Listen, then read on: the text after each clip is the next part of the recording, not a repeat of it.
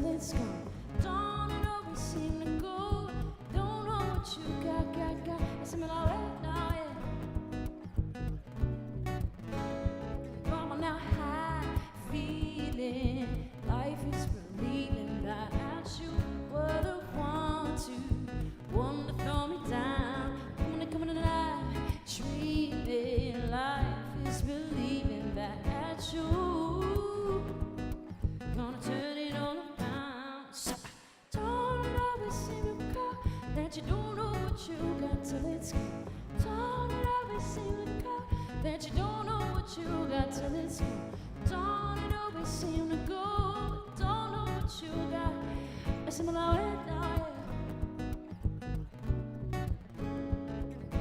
I'm dreaming, life is believing that you were the one to throw me down. Saying now I'm feeling, life is believing that you gonna turn it all around.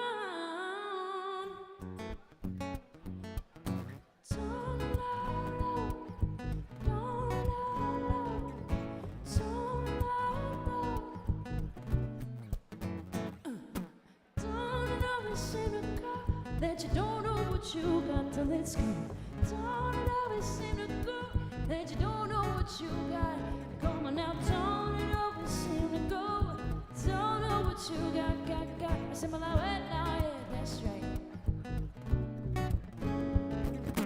Now you're realizing that the night's got alright. Tending that I said another, tell him it's alright. I heard it's somewhere him on the beach where my eyes were even. Yeah, I'ma love you with peach. Come on now, why you wanna go and do that, love? Why you wanna go do that? I said, now why you wanna go do that, love?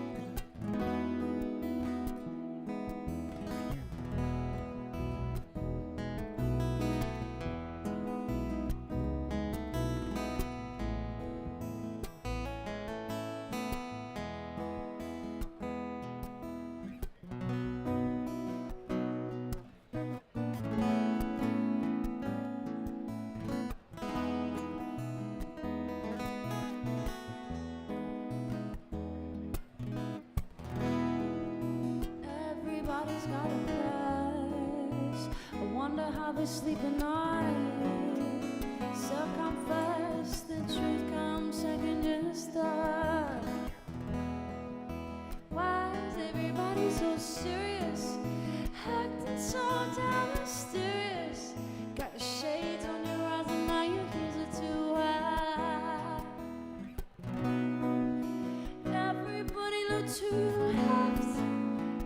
Everybody look to the right.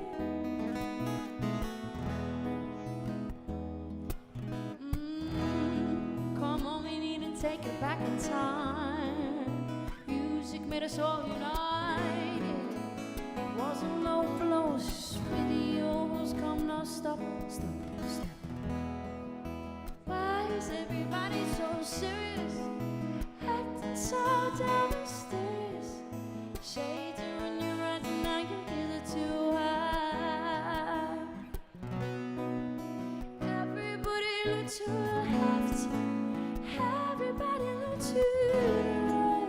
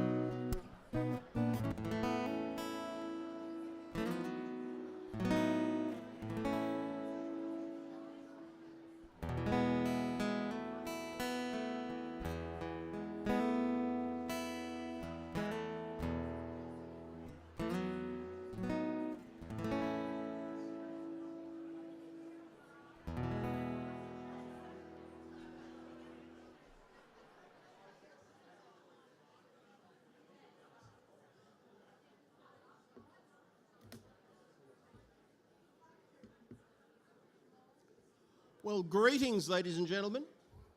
If you can grab your seats, plenty of time for networking afterwards. We know that you are keen to mix and to mingle and to connect. That's why we're here after all. We've literally had people almost queuing around the block to be here, a sign of success already. Welcome, everybody, to the Championing Victorian Industry Within Schools event. My name is Brett DeHoot. I'll be your MC this morning. Now listen, I'm just happy to see so many happy, smiling, bare naked faces in the one room at the one time. This is almost like a Zoom call come to life. We are turning some corner. So it's lovely to have you all here. Now, you have come from across the state and across that education to industry ecosystem. And that's an often used phrase, ecosystem, but it is. It's complicated. Educators, employers, the people who work to connect those, every part of the ecosystem interdependent. And the end result, young people finding out what they want to do, finding out how to do it, and heaven forbid, in the end, doing it for real out there in the economy. So thank you for being here. Now listen, I don't know if anyone's been following the news, but there are some reasons to feel miserable about society as a whole. If the climate emergency wasn't enough, the social unrest, we have a pandemic, we have floods to our north, and we have our toxic political culture. I can promise you this. Today's event will actually leave you feeling more optimistic about the future of humanity. Who is up for some optimism, people? We are going to meet people who give a damn about others. People they haven't even met. People they don't even have to care about. This is bizarre behaviour as far as I'm concerned, and not economically rational. Listen, we've got the various parts of the ecosystem. We have educators in the room, the principals, the teachers, the VCAL coordinators, the career pathway coordinators. Who are our educators in the room? Make some noise, please. Are you finding the atmosphere to your liking? Is the ambience satisfactorily sophisticated for you? You know, if you worked in the private system, this would just be called your common room. But you worked in the state system and we appreciate it. State educated and proud. Now, also from the world of education, we have those people who roam beyond the school gates. These are the people who work with LENS, Local Learning and Employment Networks. They might be Head Start coordinators. By the way, look, no pressure. Who here is not familiar with LENS, Local Learning and Employment Network? Just raise your hands. Okay, get out. No pressure, that's fine. These are people who make those vital connections between education proper, as we might understand it, and the working world, and they connect them through a whole range of acronyms. SBATs, Workplace Structured Learnings, Head Start, so on and so forth. But they all end up with young people with a terrific future. And there are a lot of trajectories changed by those acronyms. But of course, that brings us to our employers. Hand on heart, employers. Without you, we can't do anything. Who are the employers in the room? Raise your hands, please. Thank you. Thank you for doing something different. Thank you for doing something you don't have to do. Thank you for taking a punt on young people and giving them an opportunity. Because without the employers saying, yep, I will trial this, it's just a, get this, academic exercise. Fine. Now listen, employers, we want to thank you beyond just the event today. Before you leave, please make sure you grab a token of our appreciation. We went through the list. What are we going to get the employers? Wine? Yeah. Flowers? Yeah. Chocolates? No. So what we've got for you is something that's very 2021, a COVID-19 vaccine. So everyone, it's not the AstraZeneca or Pfizer stuff either. It's from France by Chanel. COVID-19. You'll be immunised and smelling, mwah. Apparently it repels poor people as well. But that's just a bonus. That didn't come up in the testing, weird. But employers, thank you. And we are going to have a couple of panel sessions up here throughout today's event. One, we're going to meet educators, and two, employers to get some different perspectives. Now, a very special welcome to some special guests, Acting Premier and Minister for Education, James Merlino, the Secretary of the Department of Education and Training, Jenny Atta, and John Firth, who is the author of a comprehensive review into the VET sector called the Review into Vocational and Applied Learning Pathways in Senior Secondary Schooling. And that report is currently the object of a fierce bidding war between Netflix and Disney+. So good luck, John. I believe Meryl Streep's gunning for the lead role. However you come to be here, a thank you for being here. And we are here to meet, to celebrate, to share some knowledge, and in that sense we are following on an ancient tradition. I'm talking about the traditional owners of this land on which we're gathered, the people of the Kulin Nation. And I will be the first among many people to acknowledge the traditional owners, pay my respects to their elders, past, present, emerging, and also extend a very special warm welcome to any First Nations people in the room.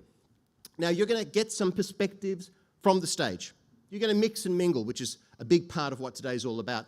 But we also want to bring into the room some stories that we couldn't quite secure through the miraculous technology of videotape. Rob, if you'd be so kind, let us roll some videotape to get a sense of what this is all about.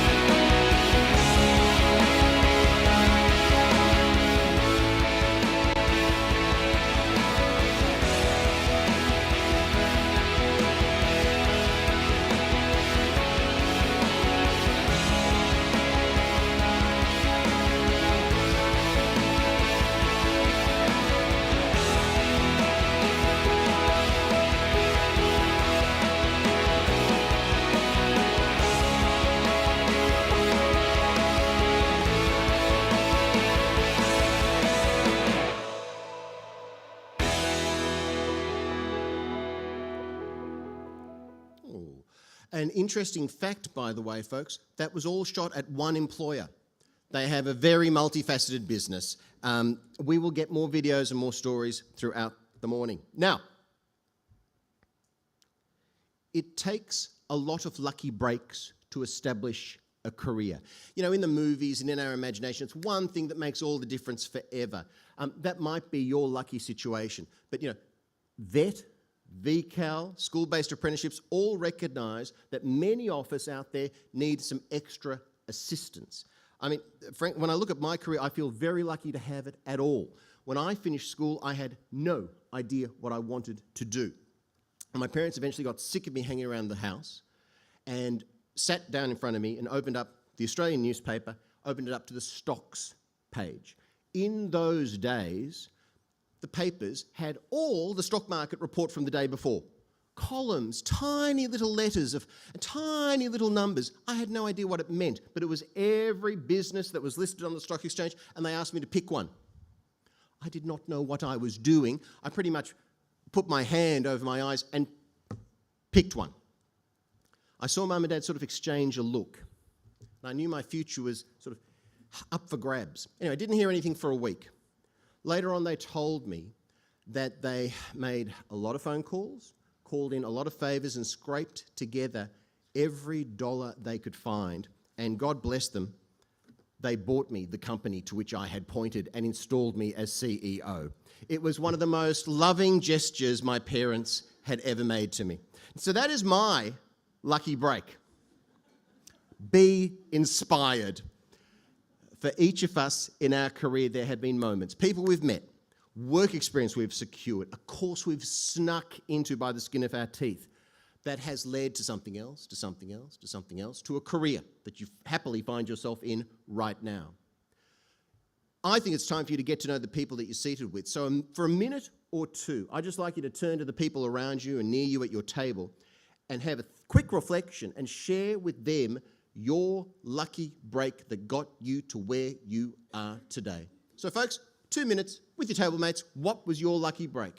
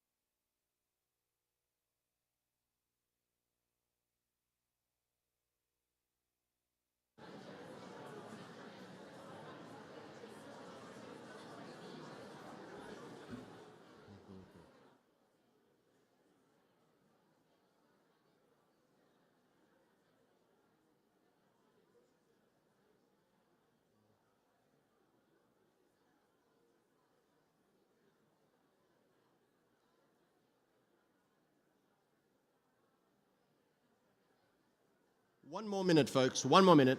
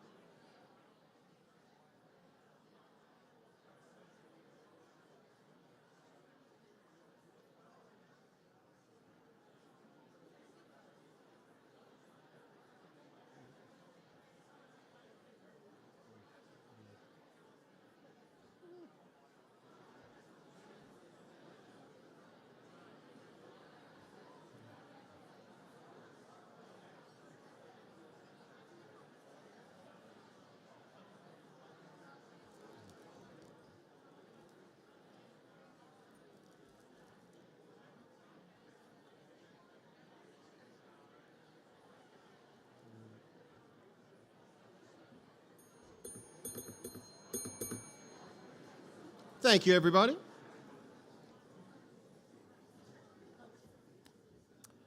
It is time for us to meet a man whose career has been on an upward trajectory for quite some time, and it just got a bit more upward recently. I'm talking about a man who wears many hats: Deputy Premier, Acting Premier, and of course Minister for Education, James Merlino.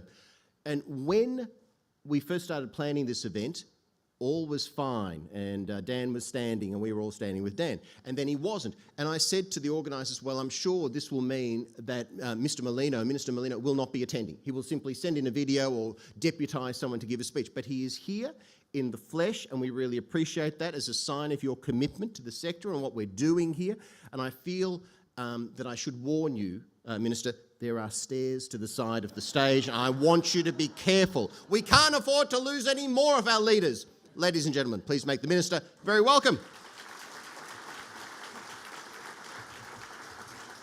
Good.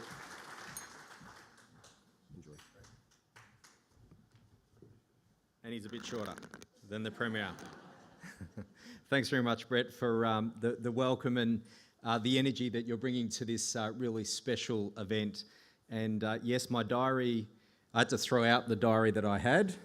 And the Premier's one came in, but I put a fence around a few very special events, and this was one of them. So I'm really delighted to be here. And we had a bit chat on our table about lucky breaks and experiences, and mine was I had a brilliant Year 12 politics teacher, so he's got a lot to answer for, and Ashley Warren, who was an older guy. He's passed now, but when I first joined the party, he took me under his wing as a mentor. And a lot of what we're talking about here today is that connection between workplaces and it's at an individual level, mentoring young people. So it is wonderful to be here.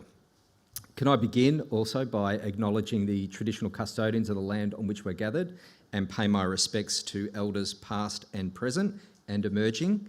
Can I also acknowledge Jenny Atta, the Secretary of the Department of Education and Training, John Firth, who's getting here, he's running a little bit late, but the author of the review into vocational and applied learning, so John will be joining us shortly, our industry and employer partners, and all the educators, the principals, teachers, staff here this morning. Thank you all. Welcome to the Championing Victorian Industry Within Schools event. I'm very happy, as I said, to be here and delighted to be here in person. How good is it to actually see people and talk face to face? I'm also the Minister for Mental Health, and I've had that portfolio for many months now, but it was only until a few weeks ago when we actually handed down the Royal Commission report into mental health that I saw all of the stakeholders face to face. It was months and months in front of the screen. So it's wonderful to see you all. Today is our opportunity to shine a light on the partnerships Victorian schools have formed with local employers and industries. I congratulate and thank all of you, teachers, school staff, employers, and other partners, for all that you have done to support our students, for giving them opportunities to learn valuable skills in real workplaces, especially over the last 12 months. No doubt about it, 2020 was tough on everyone. Victorian school students and teachers had the challenges of remote learning for almost the entirety of Term 2 and Term 3, and particularly those students, teachers and staff in vocational education and training. Yet despite all of the challenges, many of you found ways to adapt and continue your programs, keeping students engaged at school, in training and getting work experience. There were many things that kept me up at night through the course of the last 12 months or so, and one of them was a real fear I had for students engaged in vocational pathways and the risk of disengagement. So from the bottom of my heart, I want to thank everyone in this room for the work that you've done. It's taken perseverance, innovation, and a commitment to so many students engaged, to keep so many students engaged, and all of your programs running over the last year. We're talking about almost 75,000 students enrolled in a vocational pathway in 2020. VCAL, vet in schools, school-based apprenticeship, traineeship. I thank you wholeheartedly for your efforts in supporting these kids.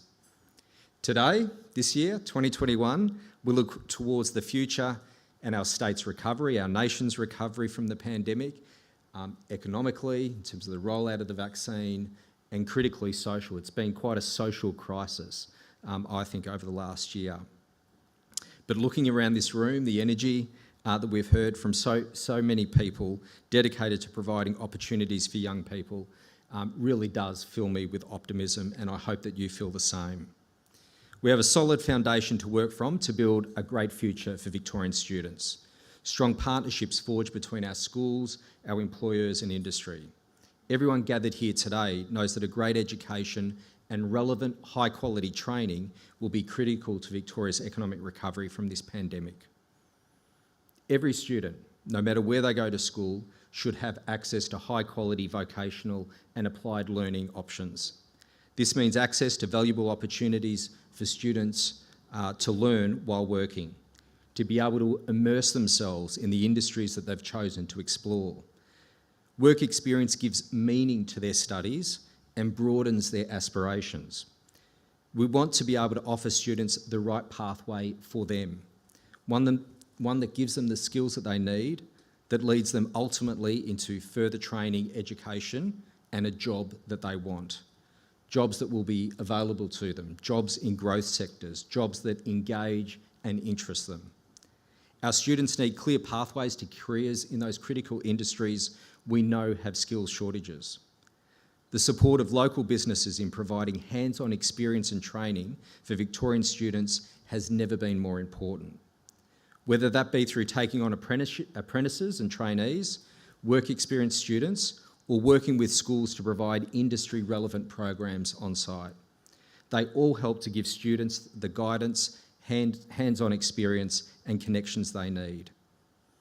And I'm reminded of a popular saying, I hear and I forget, I see and I remember, I do and I understand.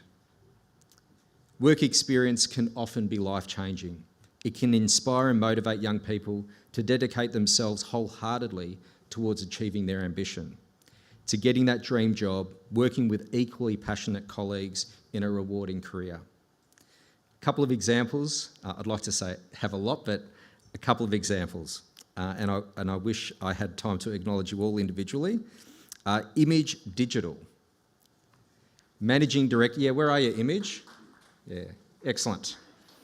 Managing Director Peter Barlow, who is in the room, continued to mentor Jerome, a Head Start business trainee, throughout 2020. Because of the hands-on experiences Jerome gained through his traineeship via Head Start, he now has the skills to look to the future with optimism and pride. Peter even helped Jerome to start his own business, printing T-shirts.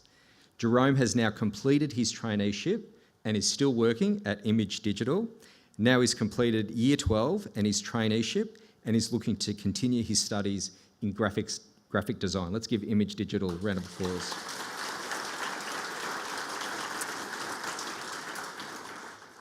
The other example is Fork One.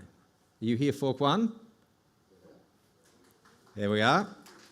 So this is a Pakenham business, took on their first school-based apprenticeship over the past year and has been enthusiastic and committed from the beginning. Fork One's support, training and mentoring of apprentice Joshua has enabled him to flourish. I hear Joshua has really benefited from being in the workplace. He's interested in eventually working in the mining industry and is already planning his pathway. Fork One Managing Director, Jeff Chadwick, says that Josh has a natural affinity to the work and that Josh's capacity is far beyond a first-year apprentice. Let's give Fork One a round of applause too. So as I said, these are just two examples of the excellent support and training our businesses are providing to young Victorians.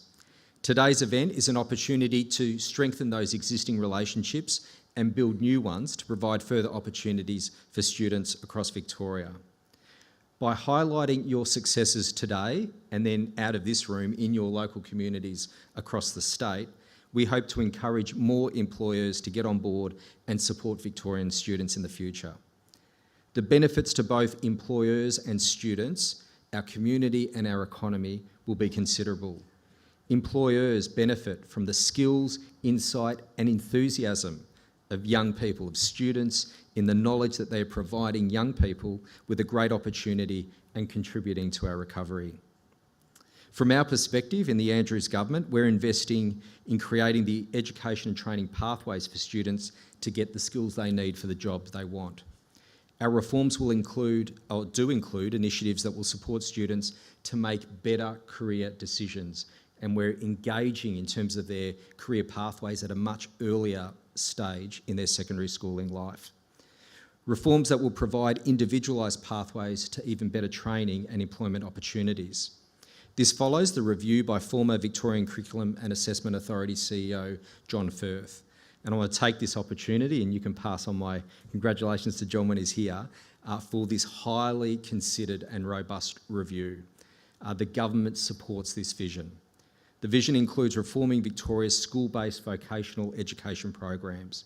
It includes the development of a new integrated senior secondary certificate, ultimately single VCE. Every student at every school will be able to take both academic and vocational subjects, getting the most out of their academic and vocational interests. And the other priority for me out of the review and the decisions we'll make is universal access. Not having a situation across all the government schools in Victoria that there are some government secondaries where they say, we don't offer a vocational program, you're going to have to go down to the school down the road. The universality of access doesn't mean that every school is doing exactly the same thing, but schools working together in clusters and regions, making sure that there are pathways no matter what school a student goes to. The government has shown its commitment to these reforms by investing $38 million from the 2020 budget in November last year. It includes funding job skills and pathways coordinators in schools to advise and support students to choose the best vocational and applied learning programs for them. This will support schools to work with local businesses and employers to ensure students get the very most out of their learning and training. And it will give students far greater choice in the pathways and flexibility in the pathways that they want to follow post-secondary. These reforms build on the strengths of existing vocational programs and will ensure consistency in the delivery and quality of the programs being delivered. We'll also work to build a closer relationship between industry and schools to give students more exposure to local employment opportunities and work experiences and meet the growing and changing skill needs of the Victorian economy. Importantly, we'll be looking to our employer and industry partners to help bring these reforms to life.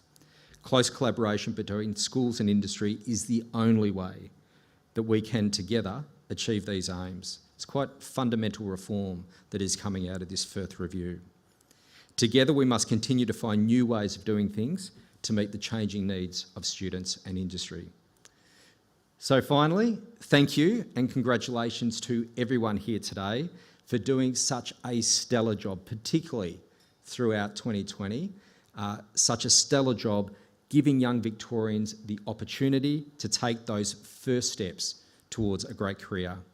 I look forward to hearing more of the stories, not just Image Digital and Fork One, but all of your stories through your deliberations today. And this is our opportunity to say thank you and well done, and to keep up the great work. All the best for the rest of 2021. Thanks, everyone.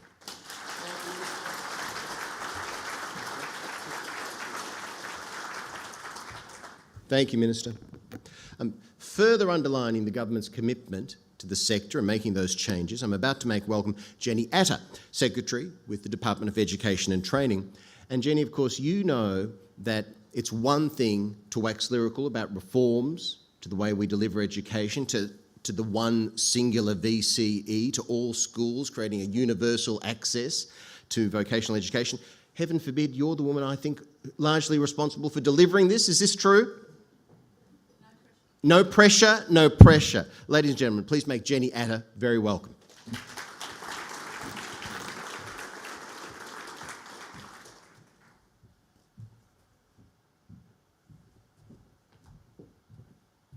Thanks very much, Brett.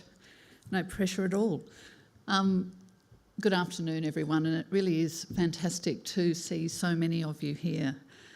I too want to begin by acknowledging the traditional custodians of the land on which we're gathered, the people of the Kulin Nation, and pay my respects to elders past, present and emerging, and to any other Aboriginal people who join with us here today. I also want to acknowledge, of course, the Acting Premier and Minister for Education and Minister for Mental Health. And of course, I want to welcome and acknowledge all of you, our industry and employer partners, and the school teachers, students and department staff that are here today. So for me too, it's a real delight to be here today in person after such an extraordinarily difficult year last year. And I want to reiterate the Minister's sentiments and congratulate all of you on your commitment to maintaining these important school and industry partnerships through such a difficult period. The department's top priority last year was to support staff and students during remote teaching and learning. And this included a particular focus on finding ways to support applied learning and to support that in terms of the industry placements that are so important to the student experience, and to support those things in a safe way. As Secretary, I'm really proud of the hundreds of adjustments that the department was able to make last year to ensure that continuity of teaching and learning, and particularly to ensure that students could maintain their connection with industry during this time. And just a couple of examples of that. We saw industry immersion activities with partners such as the Metro Tunnel. We moved to an online delivery format that included webinars for students and teachers. We had Head Start cluster teams and the local learning and employment networks supporting student-based apprenticeships, supporting those students to navigate disruptions to their training plans and help them to find new employment placements where necessary. And we had some fabulous school and industry roundtables which brought together key local industry with schools and with tertiary providers to discuss the post-pandemic economy and future industry needs. And these are just a couple of examples from the portfolio of work that the department, with our partners, including you in this room, a couple of examples of the work that was able to be delivered last year. And as we look ahead, it's clear that school and industry partnerships are vital to enriching the pathways for young people and indeed the lives of young people. We know from the recent review led by John that these partnerships build student awareness of jobs and careers, which really improve their long-term outcomes. And these opportunities can provide crucial connections for students as they enter the world of work. That during this time, students develop capabilities essential for the workplace, including problem solving, collaboration, and digital literacy. And most importantly, these students are then given opportunities which change them and help them mature in immeasurable ways. And you will all have seen that, the lift in self-esteem, the boost in confidence. Many of you will have seen that firsthand in a really tangible way. So I'm really delighted to be able to introduce one example of the richness that industry partnerships can provide. We have a video case study, and you'll see the partnership between Bendigo Secondary College and the Bendigo Magistrates Court, providing a student with a fascinating and rewarding experience working within the legal system.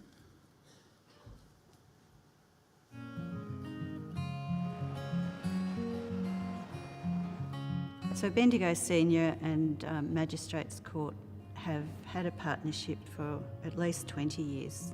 They have an amazing opportunity for our students to actually come into the working environment of the court. We do a lot of work with Bendigo Senior Secondary, and we've been in partnership with them for many, many years. So they refer a student to us. Sometimes it's someone that is studying legal studies and someone just got an interest in law in some way.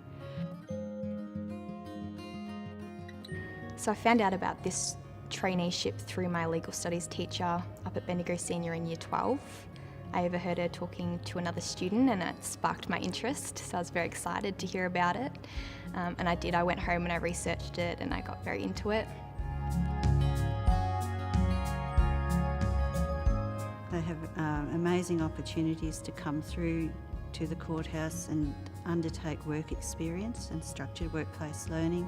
I think I've been very lucky to have everything I need here, especially to support me in qualifying after I finish my traineeship. There's always support services available. So when the pandemic hit in 2020, I mean, it was enormous for nobody was coming into court. So it put an end to our work experience, to having students. It just changed the whole dynamic. So the only way that the students, got any input was through Zoom from some of the judges.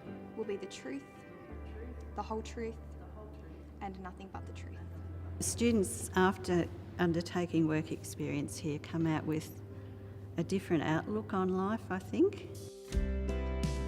Teresa makes sure that they have different experiences, and she can sometimes provide opportunities if they have a particular interest, so that they come out with a broader view of what the court systems are. I'm most grateful for the opportunity to have the job that I do.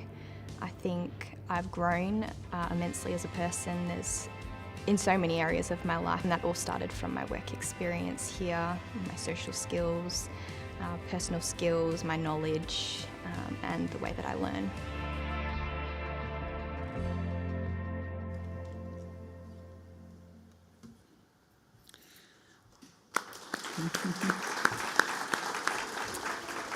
So congratulations to Lydia, to the Bendigo Senior Secondary College and the Bendigo Magistrates Court.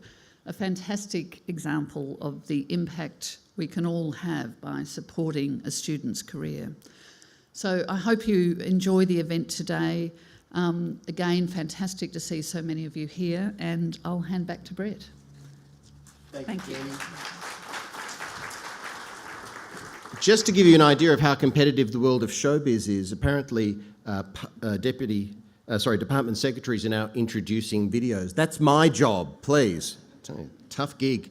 We have the two people you just saw in that video live here in the room. Please, once again, make them very welcome. Lydia, congratulations. Kerry Weymouth, thank you.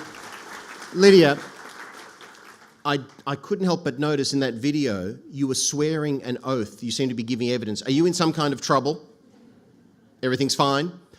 Doesn't she exude a quiet confidence in that video? I've seen it a few times. You look like an ideal employee, and who knows, you might get some offers from the people in this room. So thank you for being a part of that video. Thank you for being here, and thank you to the Bendigo Law Courts for offering that opportunity. Oh, well, fine. Throw around the applause like so much confetti. Folks, there comes a time in every event when it is appropriate to dine, and we have reached that juncture right now. We will be back with the first of two panels. We're going to meet some educators in a moment, but right now, relax, enjoy. We'll be back very, very soon. Farewell.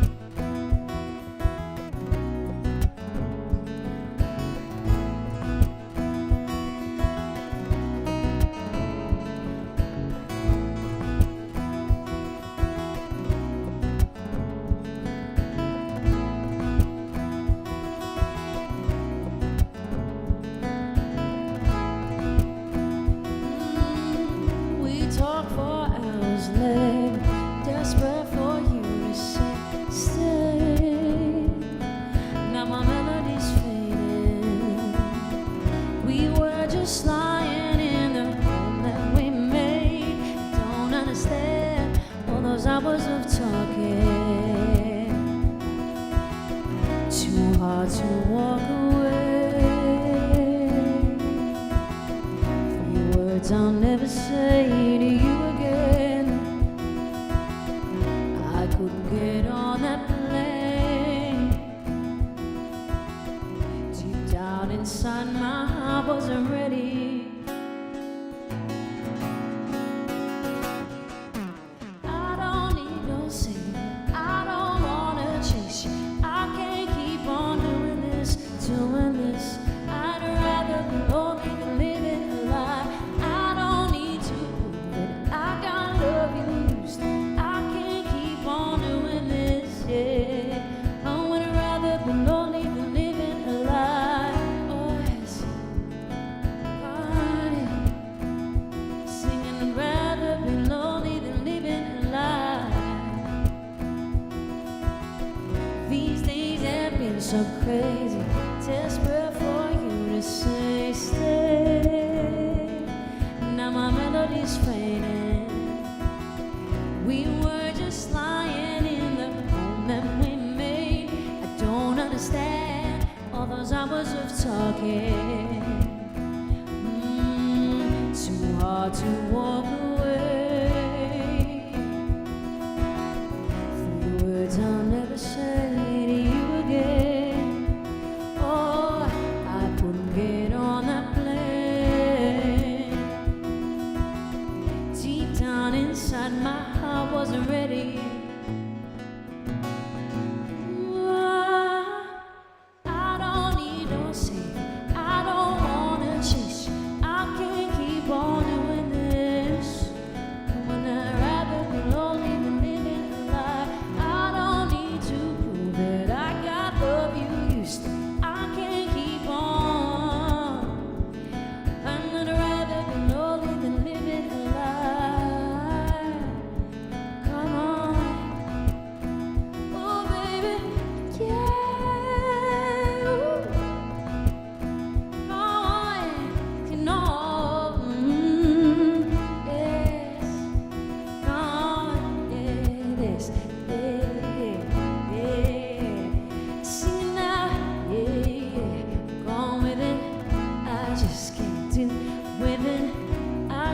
Enough now with it, rather than lonely than living a lie. Oh, gone down with it.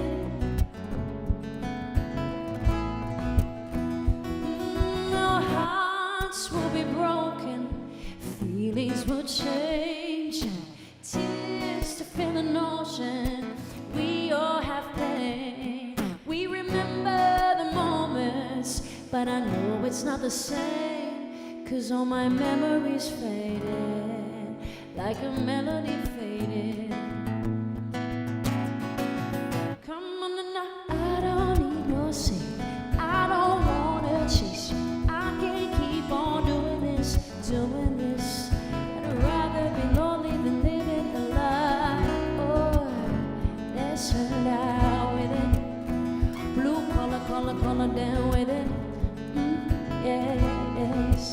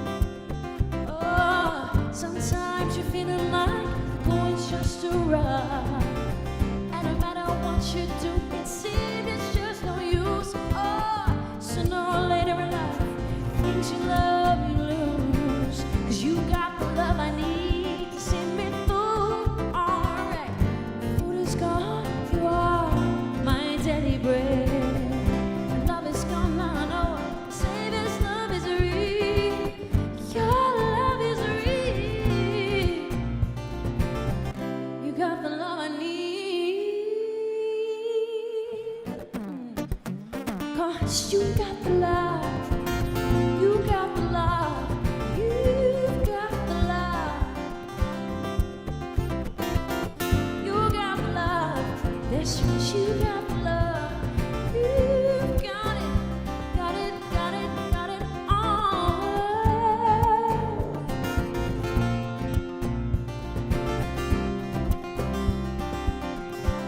So you said it, and life goes on. You got it. Shine bright tonight. We're beautiful like diamonds in the sky. I too are. 'Cause we're beautiful like diamonds in the sky. Come and shine bright like a diamond. You shine bright like a diamond, yeah. You're beautiful like diamonds in the sky. Shine bright like a diamond, yeah.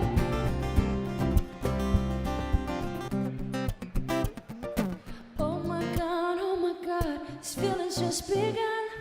Saying things I never said, doing things I never done. Oh my God, say you I should run. I'm frozen in emotion, and my head tell me to stop. Woo! Ba ba ba ba ba ba ba ba ba ba ba ba, and doing things I never done.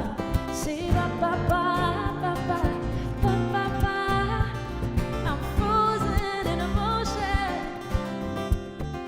Sing it out, ba ba ba ba ba ba ba ba ba ba. Doing things I never done.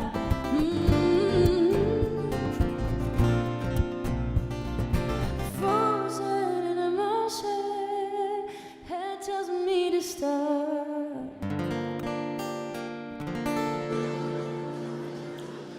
Ladies and gentlemen, can we please give it up for our musical accompanist, Kiki?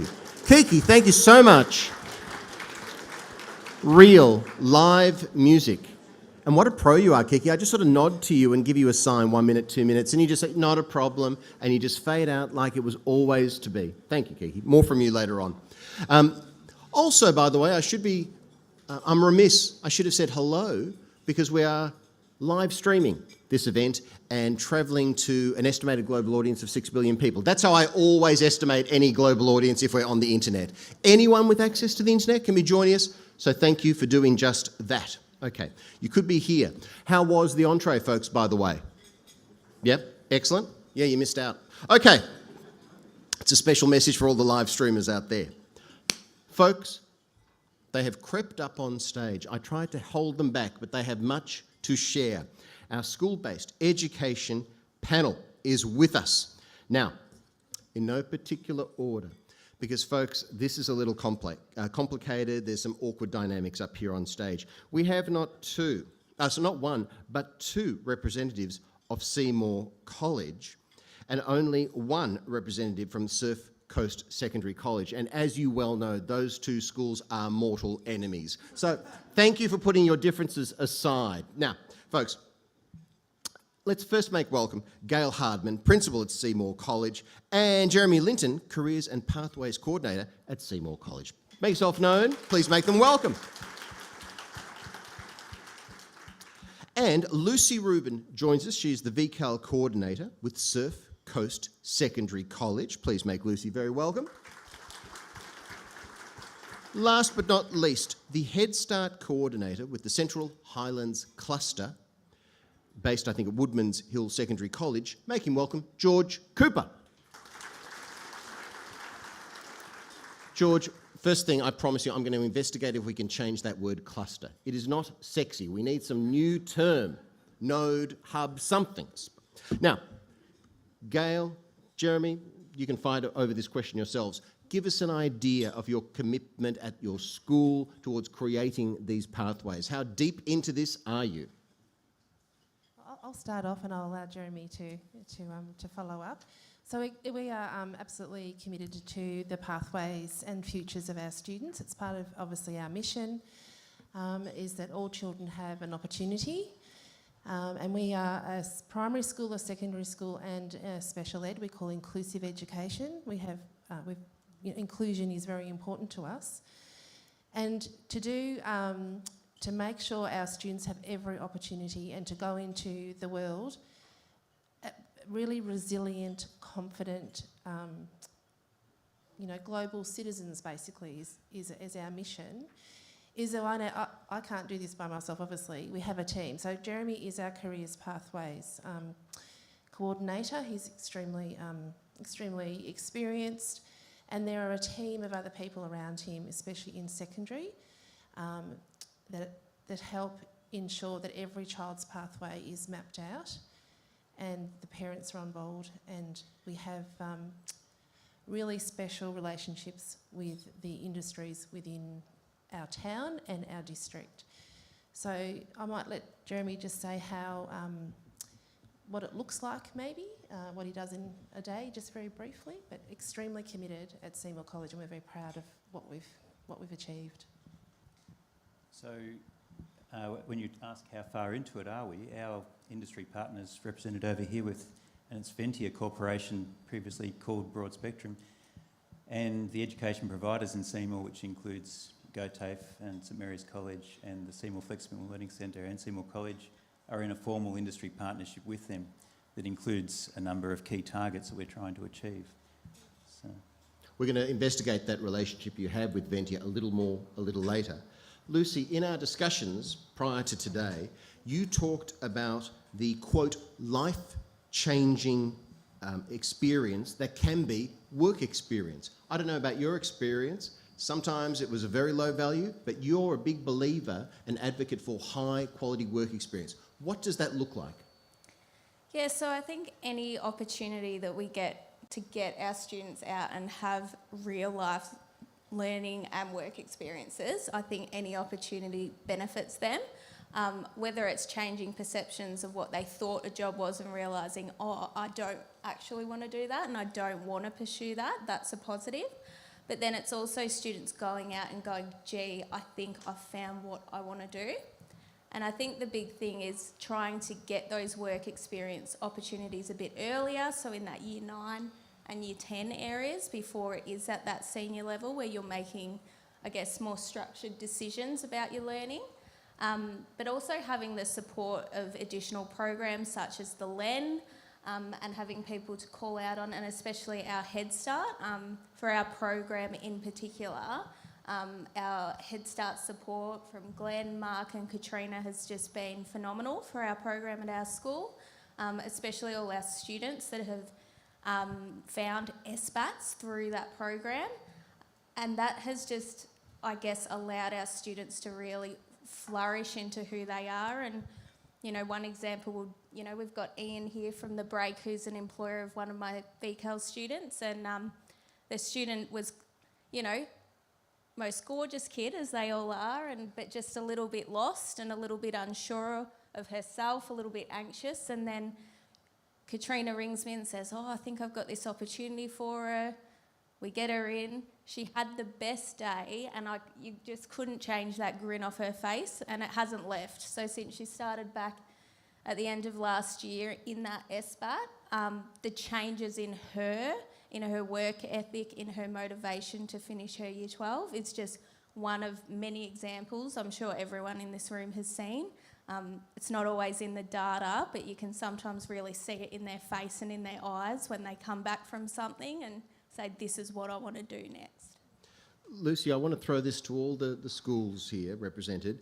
Lucy, you mentioned you've got about almost 60 VCAL students under your wing, and you said one thing you have to combat is that, I would say, largely outdated perception that anything vocational is second best, and the path is university, white collar, professional in that sort of sense, and parents and families have that sensibility still, and of course that limits kids' options. How could that still be true, that people hold that perception that vocational is bad? I might quickly jump in with this one. I think a lot of it is the education for parents, employers and stuff like that around other programs that are actually out there. my team and I, during the first lockdown, we actually went out and started educating employers about what the school-based model is and all that sort of stuff. Obviously, it gets advertised quite a lot, tertiary education and those sorts of pathways. But I think if we actually start to promote through events like this, the other pathways that are actually out there, I think parents will soon come to realise that there's some really great careers out there for students wanting to go down that vocational pathway. I'm with you, George. More events just like this. Good news, I am available. Gail, Jeremy? I would just comment on it is, well, from our experience, it's a cultural, I suppose, reflection of how you run your school and what you value. So I'm sure Jeremy would understand, it's even where you place your VCAL rooms, who is invited to information sessions, and I haven't been at the college, for most of my teaching career, but I would find out little things like the valedictory dinner, there were no VCAL students. It was like, oh, but we're not year 12s. Well, you are, actually. You're part of definitely should be part of that. So it's around even stimulating the understanding from the students, lifting high expectations. And I must congratulate Jeremy, leads a team where we have information sessions at the college where parents and obviously the students attend. But most of our parents can feel quite overwhelmed with that. And I'm an educator. I remember going to my son's school and thinking, I don't know all these acronyms. I don't know what I have to do because I'm primary trained, wasn't, in the secondary area. So even for myself, I found it really overwhelming. So breaking it down into how we communicate with our parents into smaller, a time that suits them. It might be a phone call, it might be come in. But it's cultural, like you just can't let things go on in your school because that's how we do things. So it was a lot of self-reflection, wasn't it? And just going, well, we're probably not doing it well.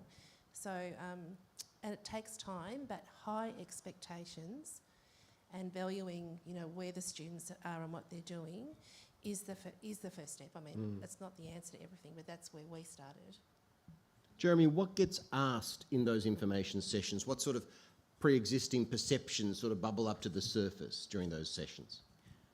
Well, parents need to understand the basics, so they need to understand the VCE, VET and VCAL options and how those can be combined. So that's probably one of the biggest questions. But I just wanted to add too to what Gail was saying. I do think the change is coming, and I think we now see students coming and asking about how can they get a Head Start apprenticeship or a school-based apprenticeship. And they know to ask for that by name? They do, yeah. That's a real step forward. You've got some recognition out there in the marketplace. George, I want to know, what is it like when you are approaching businesses, good people like these in the room, they have a lot of people calling them, emailing them, LinkedIning them, with all sorts of exciting opportunities to find and recruit staff, from entirely private sector recruiters. I work a lot in the world of disability employment and employment services. My gosh, they're getting so many calls. We're in an uncertain, complex economy. What is the vibe out there like? It's certainly a lot better now. We were allowed to actually leave the house, so that certainly helps. But as I sort of said before about educating employees and all that sort of stuff, we took a little bit of a different stance last year during the pandemic. Instead of hassling employers saying, hey, I've got a kid, we were calling them saying, hey, how's business going? Like, we really understand these are pretty tough times. And I think the silver lining of COVID really was the human aspect that we all came to realise. We all sort of realise now that it doesn't matter what industry we're in, what point of view we've got, we're all human and we're all going through the same set of circumstances. So I think once everyone sort of took that stance, it's a lot better speaking to employers. And to tell you the truth, 99% of the time, they're more than happy to take people on, because realistically, there was someone just like them that gave them their start in life. And then if you look at it from a Head Start perspective as well, during the pandemic, we signed up roughly 800 apprentices since we've been going. And if we look at the human aspect again, that's 800 lives that have been changed because of programs like ours. We signed up a student at the specialist school the other day, our first one into an apprenticeship. So that's a really understanding employer, and they're the type of people that we really want to be about and align ourselves with. So you asked a little bit before about how do we educate parents and stuff like that. Well, the main thing is keep implementing programs and stuff like that like ours, and give the kids a chance to get in the workforce. George, I can tell that you would be very good at building relationships. Thanks, mate. I haven't finished. No. But to grow And to meet the need out there, we're going to have to make it more systemic, more natural, you know. And there are people within the Department of Education who think that employers across the state, when they need to recruit, when they are facing a particular challenge, should not think of employment services and add-on Seek and add-on bloody Gumtree, but call the Department of Education and say, can you help us? Now that to me is a big mind shift. How can we make this more embedded, if you like? I think we need more industry people working within the department as well. As we know, there's quite a lot of people from the public sector and have always worked in the public sector, but can we just get a raise of hands for people who've worked in the private sector? So everyone sort of understands what I'm talking about. Things certainly get done a lot quicker in the private sector. Obviously, when Be wary of the room in which you speak, George. What I mean to say is people with industry experience and stuff like that fully understand what employers are looking for in all their programs and all that sort of stuff. So I think, like particularly with Head Start and stuff like that, we've got the ball going in the right direction, and we just need to get more industry people involved, speak to more industry people, get their input so we actually know what the people on the ground want us to be doing. Schools, some thought? Hey Brett, you are going to come back to Ventia later, but I do want to slide in that at this point they already do contact us directly, and we've got a student from our school who's now an apprentice motor mechanic with Ventia, and also the GoTAFE has a student who is now employed too. Now, Ventia, we are going to meet a representative of Ventia in the next panel, but they are a large contracting business. And when you say they contact you direct, what motivates that? They need a staff member or they have room for an apprentice? They've got a position available, and because of our understanding between the schools and the company with our agreement, they do make that contact with us initially. And that is based on, of course, previous experience, which has worked very well for them. Tell us more about the good folk at Ventia. Right. You are going to talk to them later, but I could tell you a bit more about the partnership and some of the targets we're setting. Yeah. At the moment, we've got targets ranging from looking at work placements, obviously, which is where the whole partnership really started from, but we're also, they do a formal program called Mind Shop, which is specifically involving students coming on site and running a program that is actual work for them. We've revamped the occupational health and safety program that they run or the induction through that program. They provide scholarships. We also do industry tours, and they're currently looking at with us at the moment as how we can improve our occupational health and safety preparation for students so that they've got confidence to speak up once they're in the workplace. You've also seen the impact that can be made on individual students' lives, haven't you? Most definitely. Yep. In fact, we are going to meet, are we not? Miranda? Folks, we are going to meet Miranda, and yes, I'm working my way over to you with a live microphone. Miranda's a Year 12 VCAL student at Seymour College, and is spending some of your time with Ventia, and I know you have prepared something to share with the room. So, folks, please make Miranda very welcome.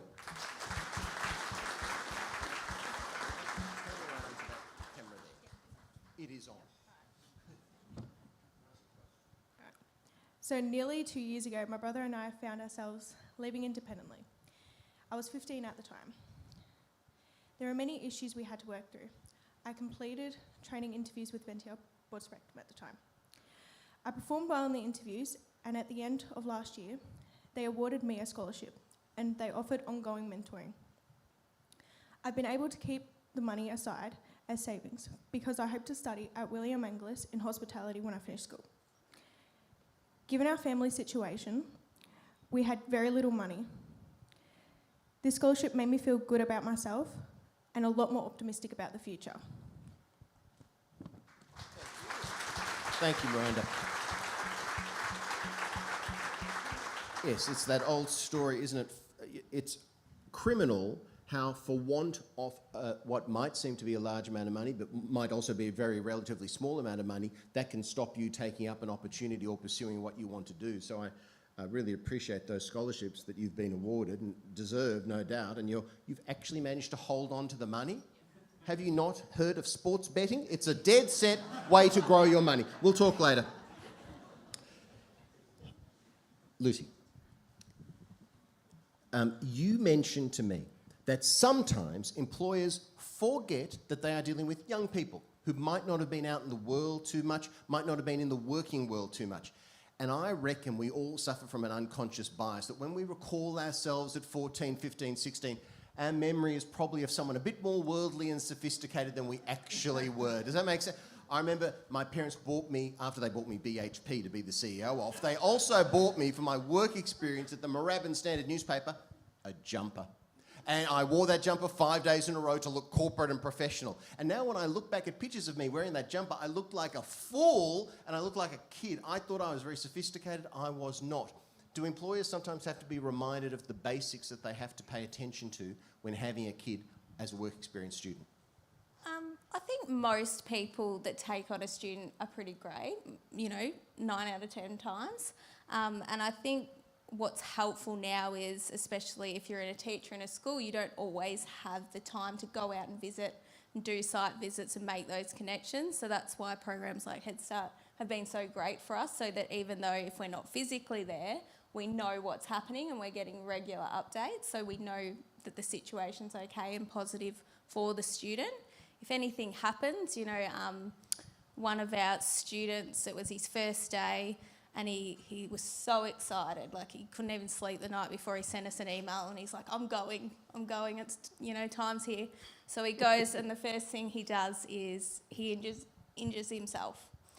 So it was completely him not listening, and he was like, oh, whoops, I didn't do what my boss told us. But within probably about half an hour, I think I had about 3 emails, a phone call from Head Start, a phone call from the employer. That the kid was suing? No, and I rang the parent, and the mum actually, she works in ED as a nurse, and she's like, oh, Lucy, I'm so sorry, it's not even a cut, and they just put a Band-Aid on it, and they were so worried about him. So I think there's people great employers that go above and beyond for our kids, and I think it's important to focus on those people that do that. And every now and then you're going to get the odd employer that doesn't understand how important it is for these students to be mentored, because it takes them a lot of courage to even make that first phone call, or even drop in their resume, or not be on their phone for half an hour, and they're big Are you steps. serious? I know. So, yeah, but in those cases, you just have a brief conversation and normally it's back on track. They're so positive these days, teachers, aren't they? Every child has got so much potential. They're all gold. Gail, you're a principal. When you meet your other principals at the Principals Club, is this stuff on... It's very swanky. Chesterfield, cigars, sherry, leather patches on the elbows. But is this on their agenda at all? Because it's got to come from the top to some degree. Yeah, so I'm really fortunate to be in a Head Start cluster. So obviously we have been meeting by WebEx, but I think it's really important to discuss, because even though we have the same vision and the same passion, and we want students to be resilient and have choices in their life, it's all about opportunities. And it's also around how, because the industry is not our world either, so we have to be very careful that we understand that. So talking in principal groups is really important. The other thing is that even though we're in clusters, or our principals clubs, we also there aren't always.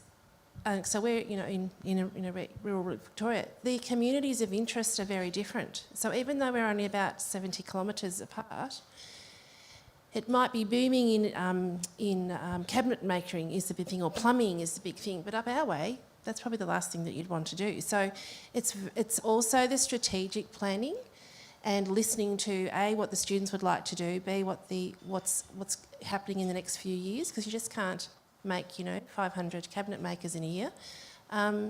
So that's the challenge, and I think having the opportunity to privilege that time with other principals, it just makes it seamless because the LEN works over a large area as well, and really without the knowledge from other people, we would just be spinning in our own little bubble thinking we were doing a wonderful job and probably had no idea what was happening in the big wide world. So, as George said. It's principal, it's not just principals, it's the vet coordinators get together, all different levels and tiers have great collaboration, and it's all about communication.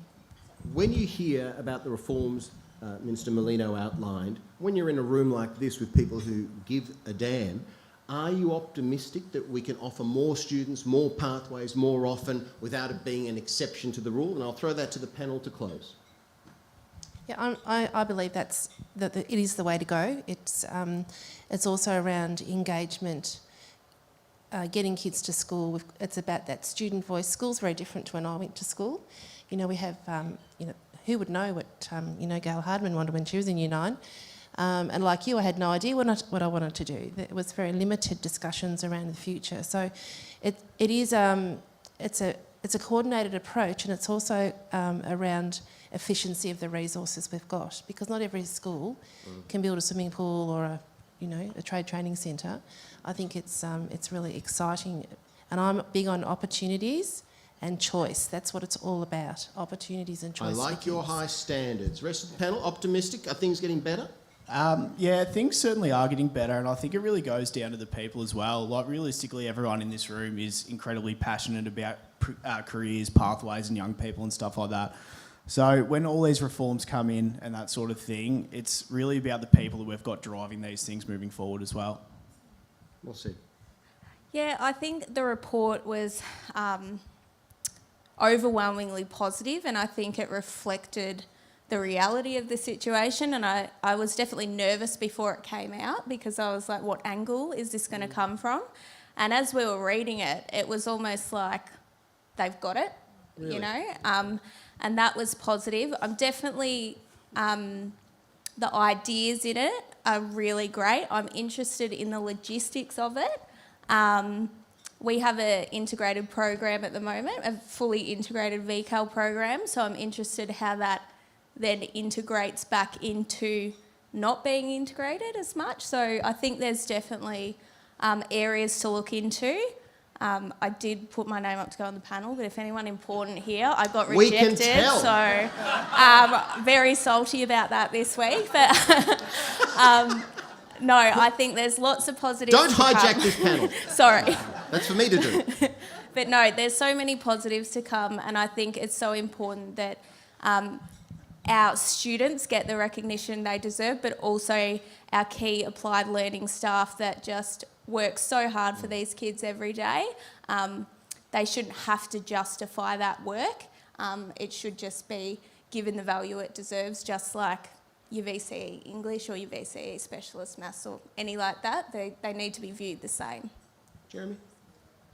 Optimistic? Optimistic? I didn't apply to be on the panel. I didn't know that was a thing, but... Not this one. Oh. Not this one.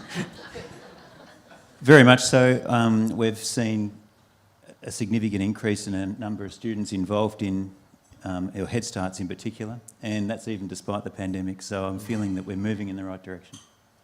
On that optimistic note, folks, please join me in thanking our panellists, George Cooper, Jeremy Linton, Gail Hardman and Lucy Rubin.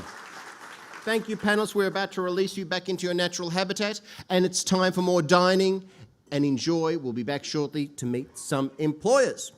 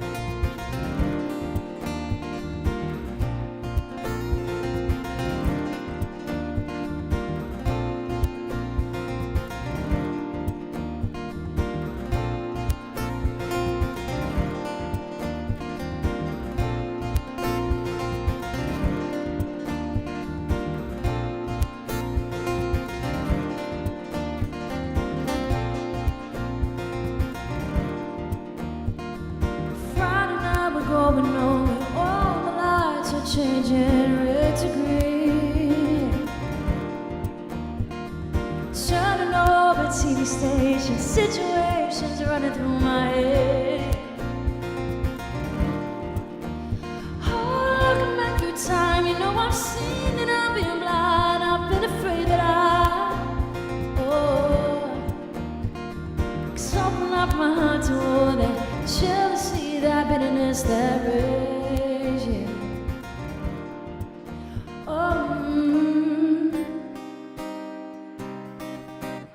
Saturday we're running wild, all the lights are changing red to green, yeah. Come now, pushing through the crowd, you know I'm pushing chemicals now down to my bloodstream. Wish that you were here, you know I'm seeing it, and I can't believe it. I open up my heart to all that jealousy, that bitterness, that rage. Ooh, if you want it, come and get it, crying out loud. The love that I was giving you was never in doubt. Let go of your heart, let go of your head, and feel it now. Let go of your heart, let go of your head, feel it now. Babylon, yeah. Come Babylon, yeah. Babylon, ooh, yeah. Friday night we're going nowhere, all the lights are changing. Yes, that's right.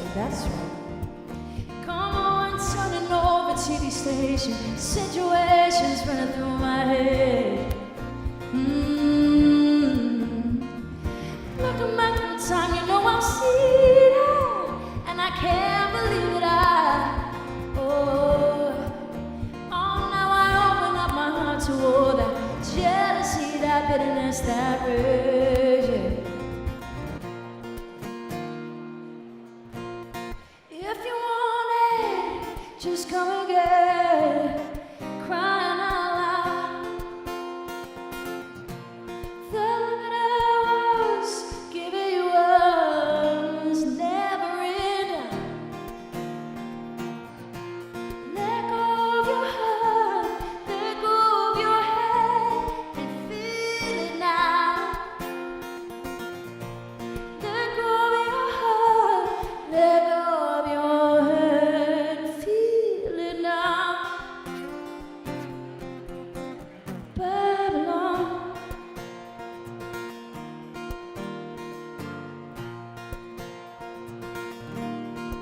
Come Babylon,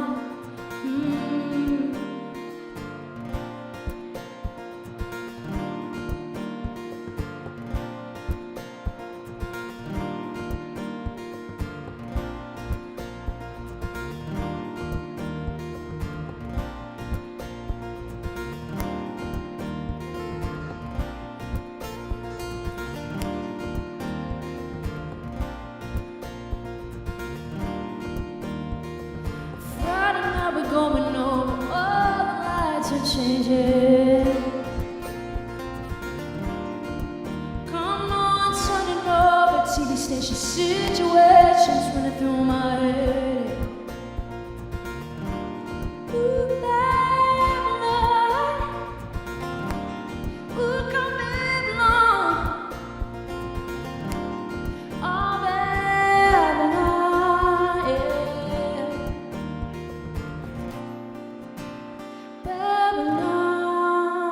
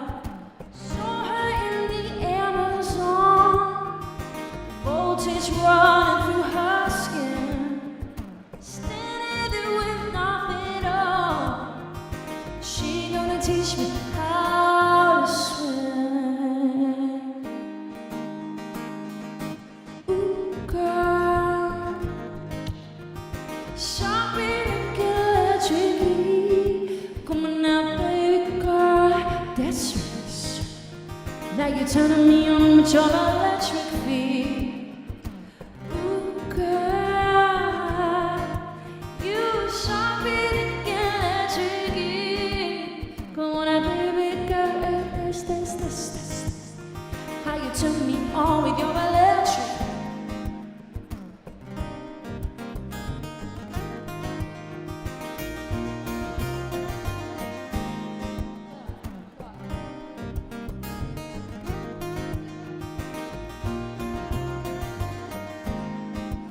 Ooh, and all along the eastern shore, you put your circuits in the sea. This is what the world is for. We're making electricity.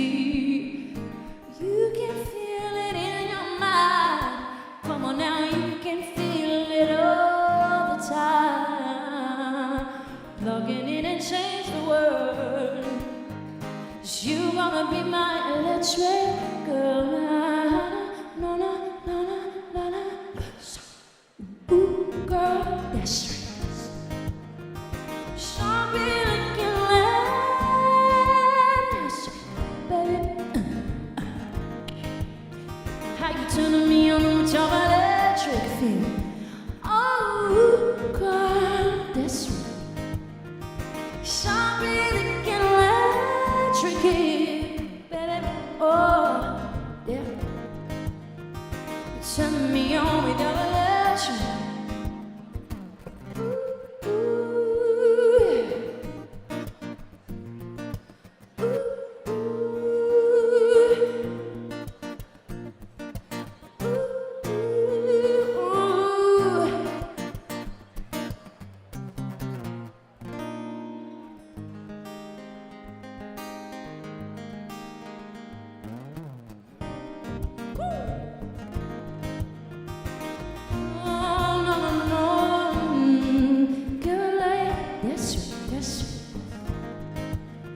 Turn me on with your electric.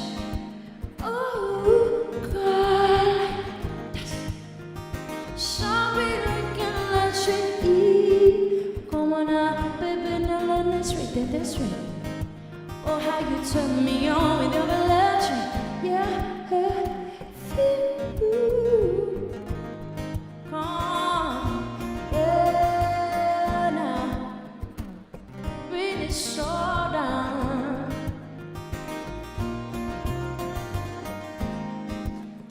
Tell me way down. How you hold it down.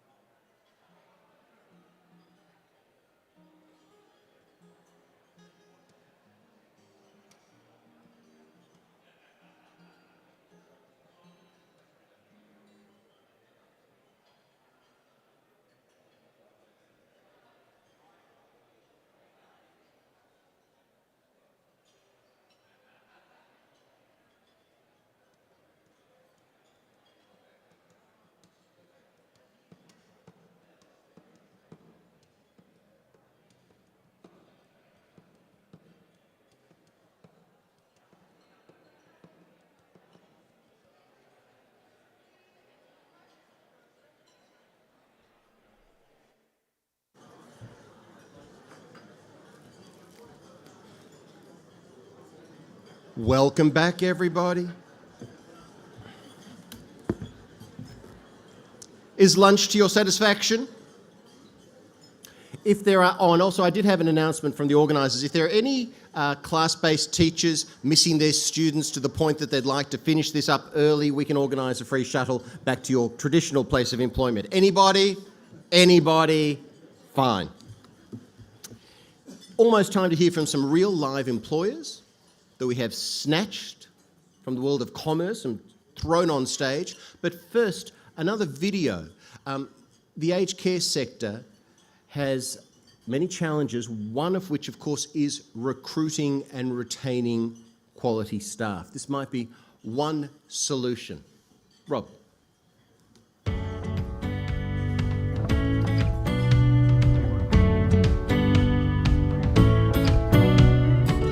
Village Glen started looking for different ways to increase our employment opportunities on the peninsula, and we decided to develop a pathway for aged care, and part of that was the SPAT program and introducing younger people to aged care and the different career pathways that were available. We get students in year 11, year 12, they come and do work placement in our facilities. The Village Glen, they help me by setting up the classes and coming here once a week and hopefully help with lifestyle. I'd love to do that. Really enjoy it.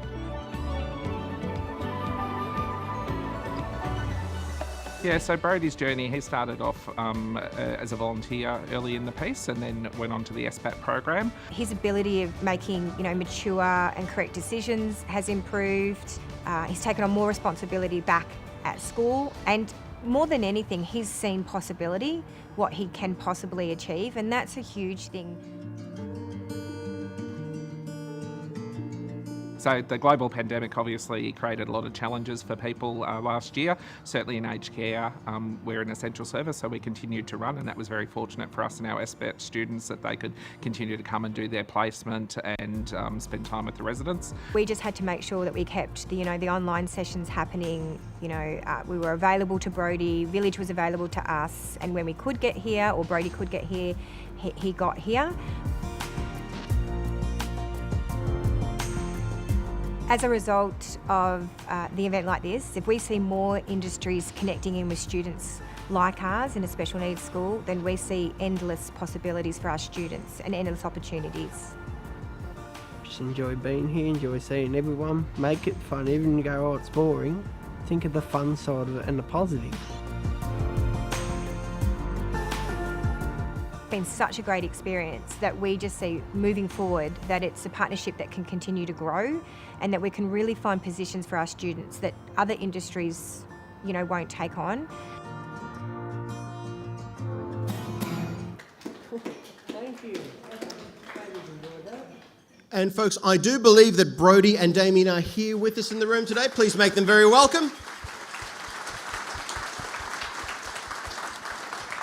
Brodie, I really like what you said about telling employees that if it gets boring, just think of the fun side of it. That's what I'm going to tell every audience that I ever speak to. Congratulations. Well done. Thanks for being here too. All right.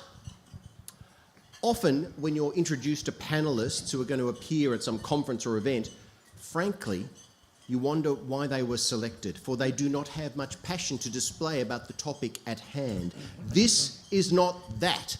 I have been trapped on the phone to these 5 people who displayed such passion about what they're doing, such knowledge and such commitment that you have been very well cast. We're not going to have enough time to just talk through all that you do for young people that goes above and beyond, but we're going to get a little slice of it. So folks, I'd like you to welcome, in no particular order, but our first and clearly most important panellist, Colleen Wilkinson, who is the Organisational Development Consultant with Goulburn Valley Health. Please make Colleen very welcome. Thank you. Colleen, this is not new to you. You explained to me that this is something GV Health has been doing for a long time for real business reasons, and you're doing it on quite some scale. Give us a sense of it. Sure, thank you. GV Health has been working with youth and our community for quite a while. we see the value in it. It's exciting. I've been involved with our partnership with GoTAFE now for 10 years. So when I walk the corridors of GB Health, and for those that aren't aware of GB Health, it's located in Shepparton. We're the public hospital there. We employ approximately 2,500 staff members. Wow. When I walk through the corridors, it's amazing to see my past students popping up in all sorts of amazing locations within our organisation. So yes, it is working for those that are in doubt. We have our work experience program. We run about 8 blocks a year, and we do both a non-clinical and a clinical component with that. That works out about 150 students get to go through GV Health a year. Over and above that, we run a vet school program. It's a 2-year program for our year 11 and 12 students. It's in partnership with our local TAFE provider, GoTAFE. The students come on site every Wednesday. At the end of the 2 years, they come out with a Certificate 3 in Health Service Assistance and a allied health assistant. It has been hugely successful. Those students then have the opportunity to apply for a gap year, which we've just started to open up, where that's a paid traineeship position for 12 months, and it's an opportunity for them to rotate through the organisation as well. So then we've seen them go on, and they go off to their TAFE or off to university, and they generally come back and do some placement with us. They then move on to come back and do a grad year if they're doing nursing, or OT or physio. And then they generally come back and then they do a bit of a post-study grad with us as well. So we've got staff members with us now that started with work experience and have gone through the whole pathway and are now midwives, crit care nurses, the whole gamut. We've even got one student that's gone on and done medicine. So we've got quite the gamut of people. So for you, it is clearly business driven, as well as contributing to your very local community with a strong identity. But there are clear business and recruitment outcomes for you. There's absolutely clear strategies that help us with our succession planning, with growing our own, keeping our students local, but also giving back to our community is just as important, given that we are a community-based hospital. Fantastic. Thank you, Colleen. And by the way, Colleen, you mentioned to me that there are certain dynamics in every job market. Can you guess what position Colleen and Co are desperately recruiting for, to the point where they are now poaching people from New Zealand to fill the spaces? What sort of role do you think it might be? One at a time. Nobody? Colleen, big reveal. Okay, a big reveal. We need OTs. Come on up to Shepparton. We want you. We are looking for OTs. We cannot get enough occupational therapists, so if you've got a student or students that are interested in even looking at that, please encourage them. Shepparton, it's not that far, it's just up the road. We'd love to see them. I love that, just up the road. Okay, fine. A different scale. Jono McCartney joins us from McCartney Electrical Solutions. You are, quote, a legend employer. That is how you were described to me, Jono, and I sensed your energy during our call. Now, you run a relatively small electrical contracting business with some very big name clients though, but you have taken to this with aplomb, and it all started with a cold call. How do you go from cold call to being up on stage talking on a panel? Oh, thanks for that, Brett. Look, it was, what was the original one? I think that was Holly, I think it was, with the Head Start program. Sitting in the office, had the headphones in, phone call after phone call, and I was sitting there having my lunch just like you guys are at the moment. And, was it exactly like these guys are at the moment? Well, depends on whether they're paying attention to us or not, I guess. But look, Matt from Head Start obviously gives us a call out of the blue, and we don't leave any stone unturned at McCartney Electrical. We make sure we listen to everybody, and Matty said, I'm looking to place some kids at the moment. And I said, we had some success with our last one, Matt, who was a cracker. And I said, look, I'm looking for a female apprentice at the moment. And he said, I've got a real good one for you. And Holly joined us. Within about a day and a half, I offered her a job. The best thing about these kids, you know what I mean, they're like sponges. That they haven't, when they hit sort of 18, 19, they're a little bit hard to get to, but 16, they're just that sweet spot. Yeah, you really make that really clear, don't you? You want those kids when you can shape them and before they get their licence and before they get all the freedoms that come with 18. Yeah, 100%, mate. And like for us, it's a slow burn with the kids. We just hired Josh, and he's our third one through the program. We know that training our own kids in the business, we can get them to fit into our culture and they can execute the way that we want them to. So it's a slow burn. You get them for 2 days a week, and you know, when they do their job and they do it well, they're learning. And by the time they actually start full time with us, they are ready to go. They're not as green as what most of the kids are that come out of a pre-app. So, yeah, very, very passionate about the program. I want to talk to you more about the value of young workers, but I know that's something that David Gandolfo has talked about with me. He heads up Quantum Business Finance. My simple way of explaining what you do is you organise finance, not for houses, but for industrial equipment, whether that be a big fat lathe or a big fat tractor or a big fat leaf blower, bigger things than that though, isn't it? Anything that's big and fat. Anything that's big and fat needs finance. He's your man. You've had a very happy outcome with one particular individual. Yes, we have a young guy, we'll call him Kieran, because that's his name, and he started with us. He started with us last year. Unfortunately, COVID got in the way with it, but he was doing a TAFE business course. He had some knowledge of what he wanted to do in business, but we are in a business, and as you mentioned, we are in the commercial asset finance business. Everyone knows about mortgage broking and stockbroking and insurance broking and all those sorts of things and financial planning, but very, very few people know about asset finance, and I was in a similar position at the beginning of my career. So we had him come on board 1 day a week, and he was working with us, just learning what it is that we do, and he was doing, obviously, a structured work experience program with us. He's not doing that at the moment, but he will come back. He's since completed his Certificate 3, and he's just the sort of person that, notwithstanding he doesn't have the formal qualification that we require in order to be licensed and accredited with us, he's certainly on a pathway, and there is through our industry body, of which I'm a former president, we have a Certificate 4 and a diploma program as well. So there's an education and a career path there. And your peak body created that Cert 4? Yes, we did, yeah. But it's a recognised and accredited program, and you asked me for the name of it. It's a Certificate 4 in Financial Services. Not complicated, but I actually had to check that that's what it's called. So the and you're calling it that because that's its name. That is its name. That's right. And thank you. Thank you. We get there's a pattern emerging here. So the diploma program is for complex issues in commercial and asset financing, including ethics and other subjects. You are a businessman, and you say that employing people in this format, if you like, makes good business sense, and employing younger people. Oh, absolutely. I mean, it exposes... Okay, so one of my other roles, and I'll acknowledge Dominic Schapano, who's a board member of the Council of Small Business, who's grinning over there. I'm a former deputy chair of COSBOA, the Council of Small Business. And so I have a lot of advocacy, and I've done a lot of advocacy over the years with small businesses and, with the industry, with industry bodies. Now, one of the points that was made earlier was, how you engage with all these businesses. I'm going on and off. But can I suggest, engage with industry bodies. Don't ring up one employer at a time. Ring an industry body that has 1,000 members, and then they will distribute and promote this to others. And I would not have been aware of this program if I'd not heard Lizelle Pote speak at a COSBOA conference 18 months ago. And I was listening to it thinking, oh my God, where's this been? Yep.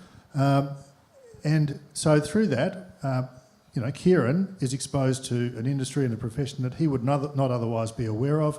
But, we learn things, he learns things, and there's a connection there. He's doing something in theory, now he's learning about it in practice. And theory and practice, neither is of any value to you without the other.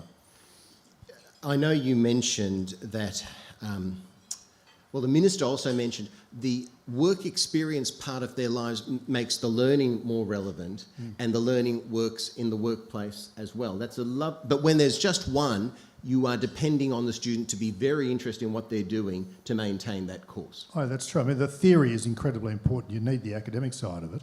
But we are more interested, not in what you've learned, but in what you can do. And because ultimately we are about outcomes for our business clients, and we need to produce those outcomes, and we can't sit in the office theorising about things. We need to actually produce stuff. Sorry, you go. That's right. I'll bring Kevin Hills into the discussion, director with Civica, a global corporation, contracting, consulting. I'm sure you can explain it better than I. Very passionate about this field of endeavour. Tell us about Van.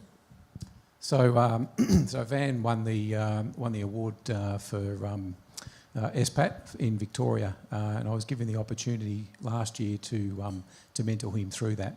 So, for me, great opportunity to meet Van and his family, and really bring him on the journey and give him some mentoring to literally be in front of a panel. And give him that confidence to be able to step the way through. It was fantastic, and I've watched him develop heading into Head Start from the beginning all the way through. So Civica, just a little bit about us, is we're a global software company, as you said, and we predominantly deliver funnily into things like libraries, councils, governments. It is IT based, and the thing for me is that the IT industry has an enormous need right now for young people in particular. By way of example, right now, and as a result of COVID, you're finding that a lot of people that are coming on the market to employ last 2 days and they're gone. And they're gone by so many big industry players right now because they're not getting people from overseas. So the ability is there for that. From my perspective, we had Kyle Camargo, who commenced last year, a similar thing. COVID shut us down. I've been keeping in touch with Kyle during the year, and we'll be getting him back in as soon as we can. But he's completed his Cert 4 over the last year, so he comes in with even more experience. But it really is about getting particularly our students and our children younger and getting them from the ground up and really bringing them into an organisation, and they can learn that organisation. I was doing this about 25 years ago, and I was doing this in universities, and I do it to university students. So the fact that I can now do this with students in our high schools is phenomenal. And to hear the outcome of the first report earlier today was music to my ears, because it's cementing exactly what it is we need to do for our kids. Well, dealing with uni students, John, I would say that's a waste of time. They're broken by then. You've got to get them young. Like Dickensian young, 11 and 12, when their parents sell you them. Anyway. Faye to Helen. You've had a bit of a pre-plug, of course. You work with Ventia as the site supervisor at Puckapunyal Military Base. You have a big commitment to creating pathways. Give us a sense of what you do there. The partnership that we have set up with the local Seymour community, and that includes the Seymour Secondary College, and you've met Jeremy and Gail on the previous panel. Also some Aries College, and also the Seymour GoTAFE. So Ventia, or Broad Spectrum at the time, this is now 4 years ago, contacted the local schools. We had a first meeting and set up a partnership. So with that partnership, what we've said is, okay, we're a big employee in the area. Ventia is an essential services company which is national throughout Australia and New Zealand. But at Puckapunyal, we're part of the defence contract. We've actually got 2 defence contracts there. So that employs 300 people locally in the Seymour area. So we're one of the biggest local employees as well. So, but we had the opportunity to sit down with the local schools and say, well, what do you need? You know, what would you like to offer your students? This is what we'd like to suggest. So, you know, as a collaboration, we've come up with a partnership plan. We re-sign it and recommit it every year, which is exciting. We're doing that next week. So that's going to be our 4th signing. Correct me if I'm wrong. But in that time, we've offered, you know, tours to the school. But in doing that, it's not just teaching them about Ventia or the local community about Ventia and the opportunities that we do offer, you know, school children and the local community, but it's just allowing us to mentor them or expose them to different careers, or a lot of our stuff is around entry-level positions. So we've got positions on our site that don't need a qualification. So all we need to know is that you've got a willingness to learn, So we like to introduce the local students to those entry-level positions, which are in hospitality. My contract that I run there is a maintenance contract, so we've got apprenticeships. We've had 2 heavy vehicle apprenticeships through the program that have been offered. I've got Will at work that we're just waiting for his certificate, and we'll be signing him off as a heavy vehicle mechanic in the next few weeks. So that's really exciting. He's completed his apprenticeship in 3 years. Just in front of me, there's a nice young fellow here, Ethan. Ethan did work experience with our site last year. He did 2 5-day stretches, even during COVID. But we exposed him for different parts of the business. So he worked with electronic technicians, he worked with the armourers, he works with vehicle mechanics, but he was exposed to all our different roles in the business. At the end of the year, I contacted our partnership team. This is just one example, but contacted our partnership team saying, I'm going to have 1 or 2 store person entry-level position jobs available. So that was just before the schools all knocked off. When we came back to work, I'm very eager to fill those positions. But still, the teachers, even before the school year started, there was a couple of people that did reach out and said, I've got no one available at the moment. But I had a great phone call from GoTAFE and also my former work experience student, Ethan, saying that he was interested. Well, I'm glad to say that he's been working with us as a temp store person for the last 5 weeks, and last week we offered him a full-time permanent position. Which Ethan refused. No, he hasn't, Brett. He's not going anywhere. No, but he got himself, we've mentored him last year, and this has come from us and also GoTAFE as well. So, but sorry to talk about you, Ethan. You can punch me in the back of the head on the way home in the car. But Ethan, we saw him a shy, reserved teenager, but he's come.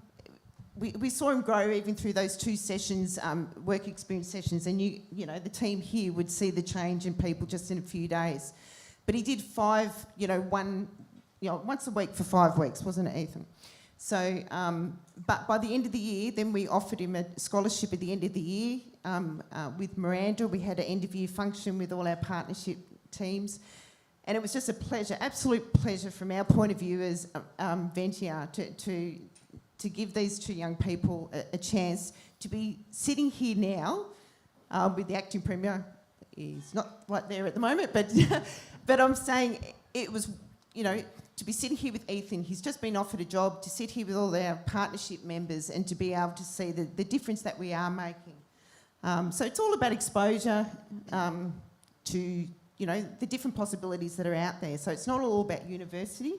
I didn't go to university, I'm still a site supervisor. So there's the pathways, it's just getting a start, having someone that's keen and moving on. But maybe but as Ventia, we want to help them make decisions. So it doesn't have to be with Ventia, but time's up, I think. Oh, you read my body language to perfection. Time is wicked, but we haven't raised gender so far today. To me, I think, we've already talked about parents' perceptions of vocational, non-academic education and qualifications. Is there a big gender divide? Do the families out there think, well, maybe for the son that's okay, but for our daughter, heaven forbid, so on. Now, John, I want to hear from you because you, heaven forbid, employed Holly. Yeah, I think the stats are about 2% of females are in the trade industry. I think the stat was that we looked at the other week. And, trying to make a difference with that would be super positive with getting more into the trades. H is really good with the way that she actually goes about it, and they're pretty stubborn with the way that they want to prove themselves in the industry too. So, but just the methodical way of actually planning out a project's a lot different to what the boys do. So we find that coming from a different angle, it's good. Excellent. Any other thoughts on gender? So we're the opposite. So out of a cohort of 24, that's 2 cohorts, so 12 in each. I've got 3 males and the rest are females. So it really does depend, doesn't it? Yeah.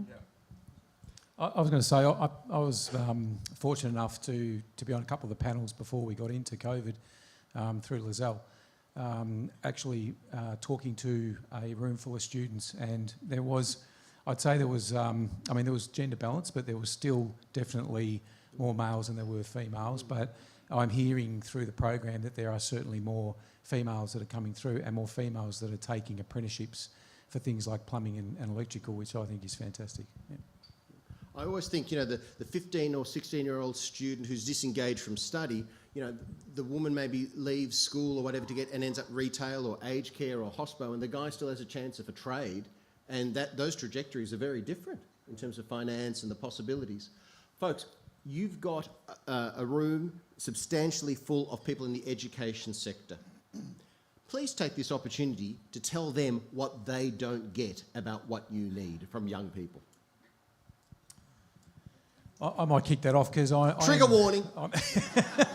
I am very passionate about this. And if I hadn't have been contacted back in 2019 by Lizelle, I would not have known about any of this. I started my career off work experience that I did in year 10 for an IT company, which, well, it wasn't an IT company, it was Myer, but Myer's IT department. And when I was looking for a job and I had 3 things that I was looking for, I got a phone call from the data centre, and the data centre asked me if I'd come in and do some help, maybe a couple of months' work experience, and I was there for 3 weeks and they offered me a full-time role. So that is 30 plus too many years ago, but is essentially what this is doing, and it's doing it on a much bigger scale. So we as employees, we're here for this. And I heard a comment earlier by George, and he was talking about that linkage between the department and the employees. For me, it needs to become very much proactive, not reactive. For us as industry, it's about how does Head Start become a front and centre piece like Seek, like LinkedIn, all the other things that we look for to find employees. How does Head Start become front and centre for that? That's advocates like us.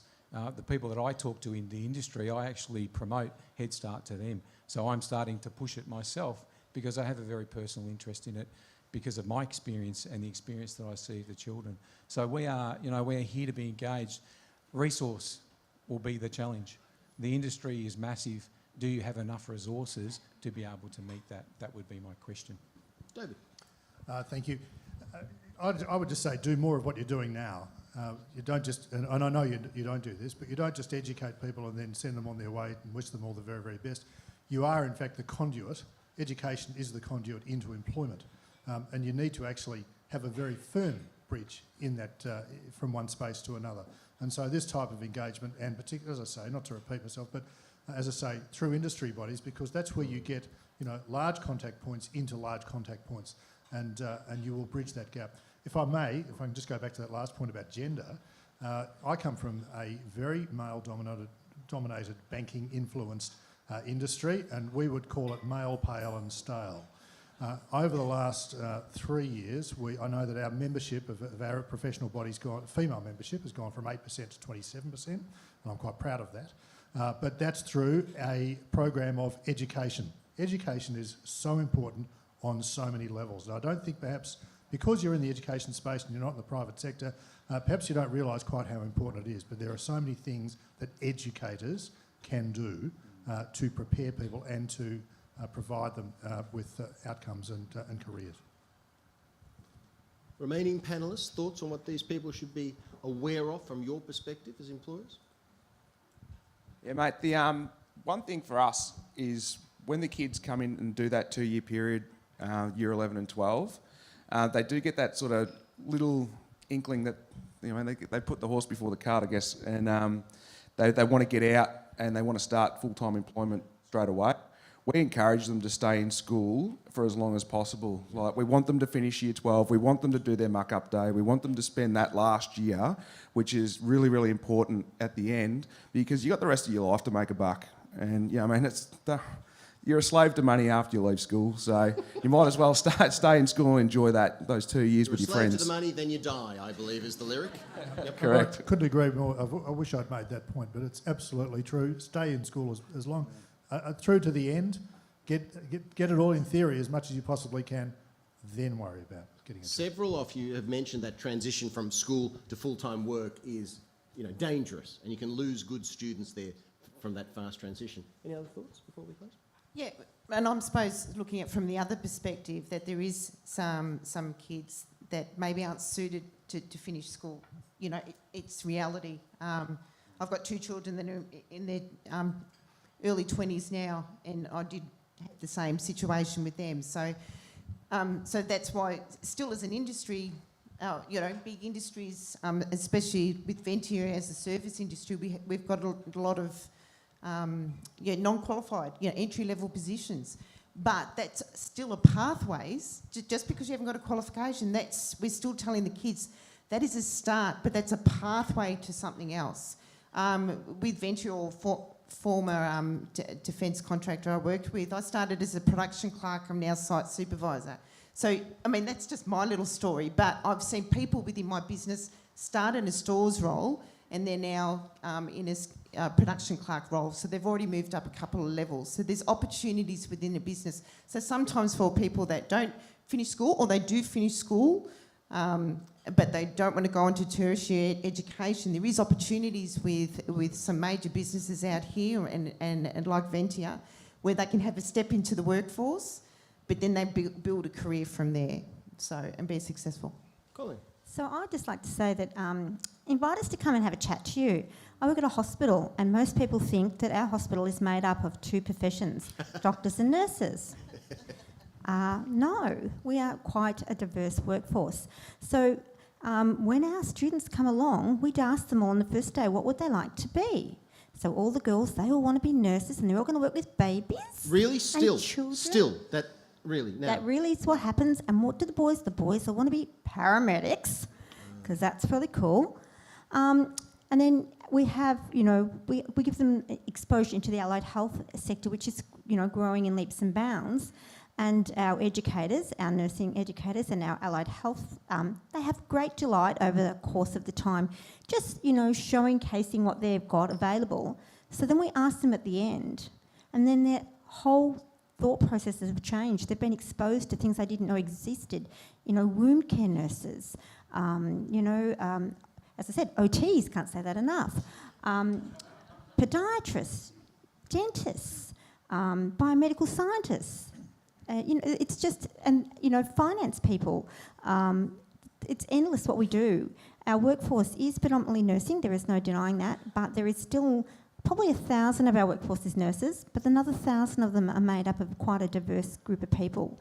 So no, you don't have to, not everyone has to do a degree or go to university to work in health. There is lots of pathways out there nowadays, and there's lots and lots of opportunities to work in our support services and corporate services areas as well. So, email us, talk to us, ask us what we have on offer. You are available, you won't fob people off, you won't say harassed No, we don't. and harangued. We don't always answer within 5 minutes. What? But I know. Oh, fine. Patient-centred care, but we will definitely get back to you. Final word, Kevin.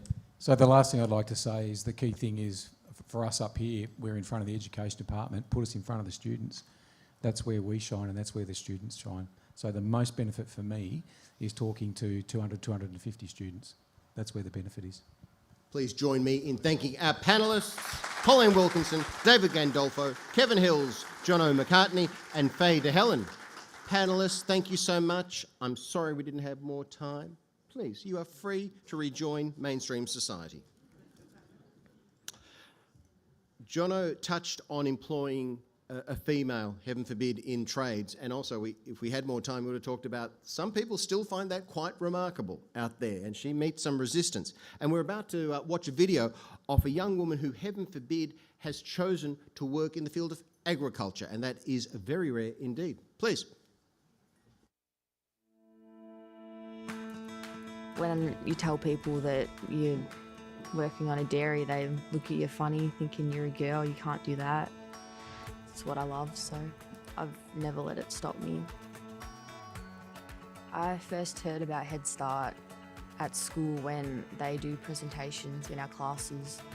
It's not a dramatic change, it's just a couple days at work, a couple days at school. It's not straight from school and then put into the workforce. I'll arrive at roughly 6, start up the vat and everything, and get into the shed, the cows are in, help out feeding the potties their milk and grain and poke around, do bits and pieces here and there.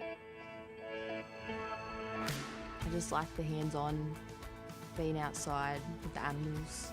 They're so rewarding and always interesting to be around. Their personalities, they're all different. It's just, especially calving season, it's like meeting a whole bunch of new people, except their cows. I would definitely recommend the Head Start program to any young women, even thinking about getting out to the workforce in a trade or agriculture. To get to do what you love. Learning things hands-on is, to me, the best way to learn anything.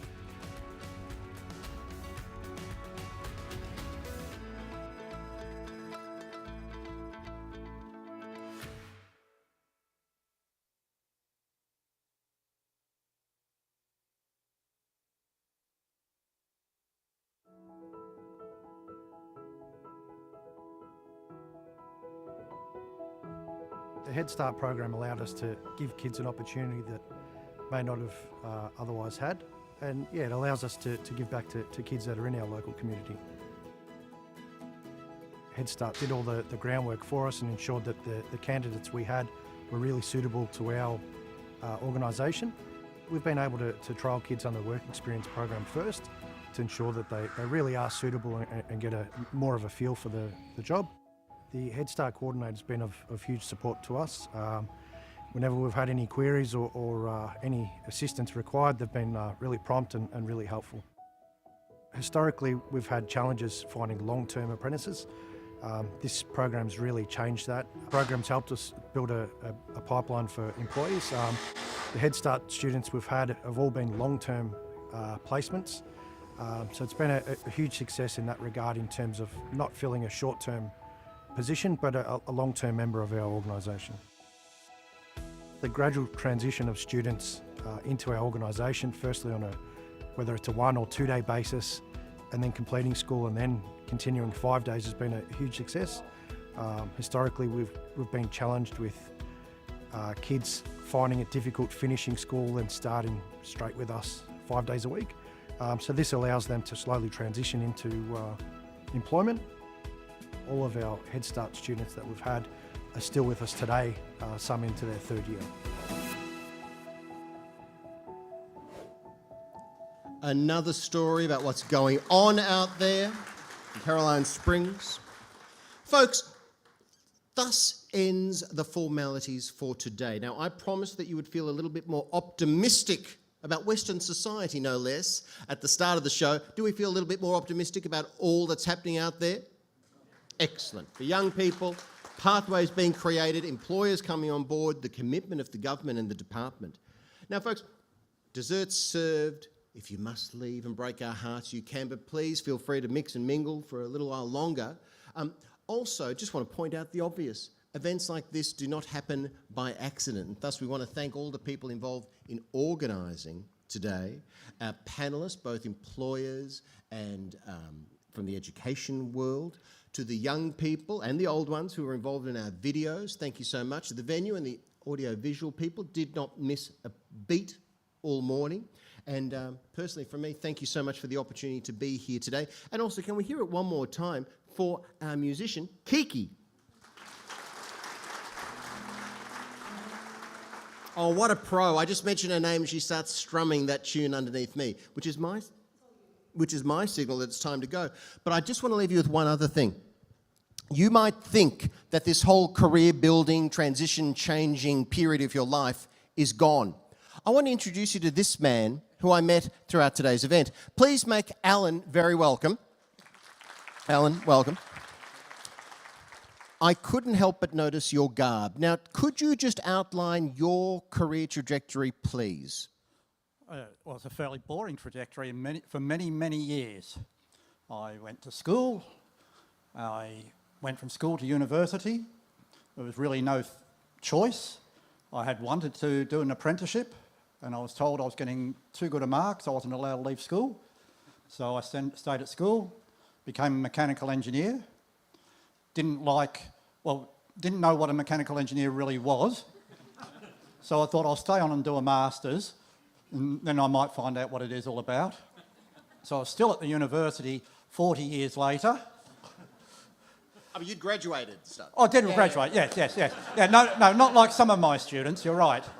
Yeah. And then what? And then what? Well, then I retired, and I thought, right, now I can get on with all the things I've always wanted to do. Fix that Jaguar that's been sitting in the garage for 30 years, start building that model railway that I've always wanted to do.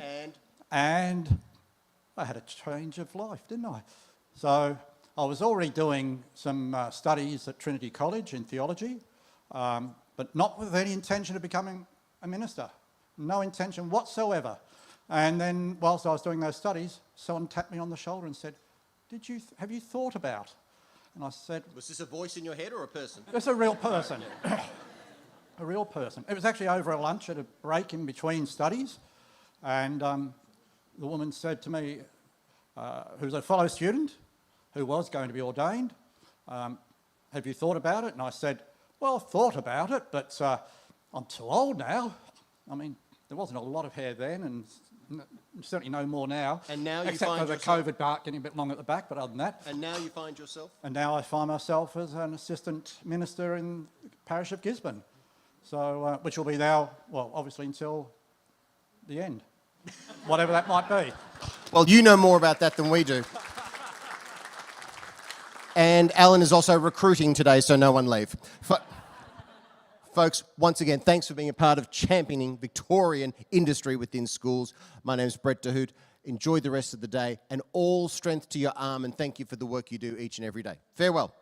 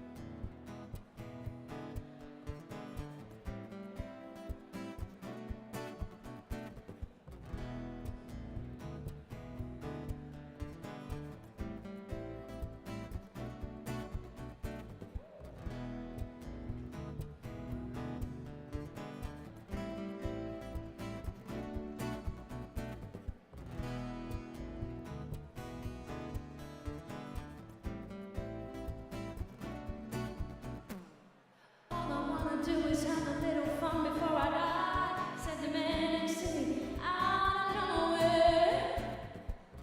Zappa pulls nothing, he says his name is Juan. I'm sure it's big up in your mouth, buddy, and he's playing ugly to me. I wonder if he's ever had a day of fun in his whole life.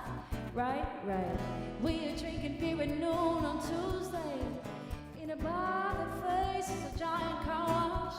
And the good people of the world are washing their cars on their lunch break, holes and scrubbing their space, they can in skirts and suits.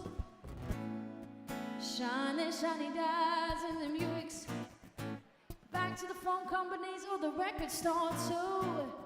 But they're nothing like Billy and me, 'cause all I wanna do is have some fun. I got a feeling and I'm not the only one. All I wanna do is have some fun until the sun comes up over Santa Monica Boulevard.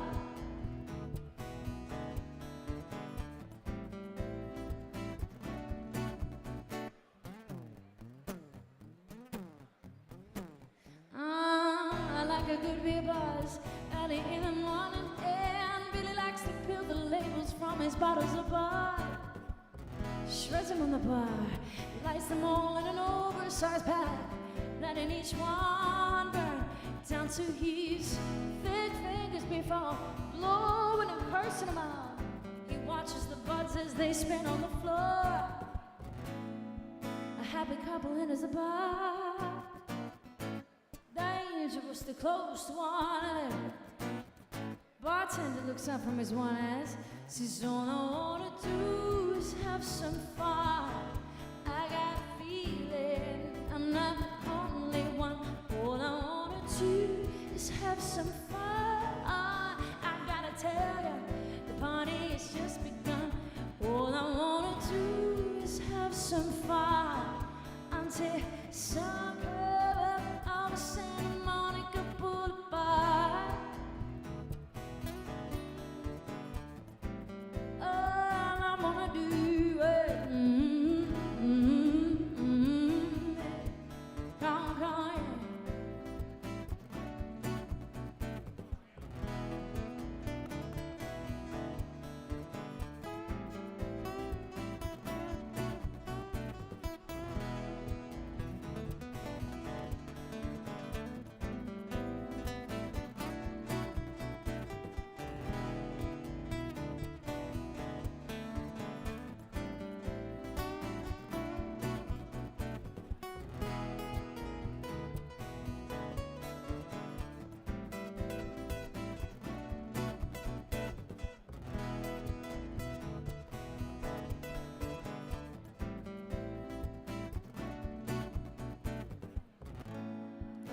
Otherwise, the bar is ours. The day and the night and the car wash too. The matches and the buds and the clean and dirty cars. Ooh, the sun and the moon. All I wanna do is have some fun. I got a feeling that I'm not the only one. All I wanna do is have some fun. I gotta tell ya, the party's just begun. All I wanna do is have some fun until sun come up over Santa Monica Boulevard. Until the sun comes up over Santa Monica Boulevard. Whoa, I wanna do it with you. Sun ain't gonna give, oh Lord, yeah. The sun comes out, Santa Monica Boulevard.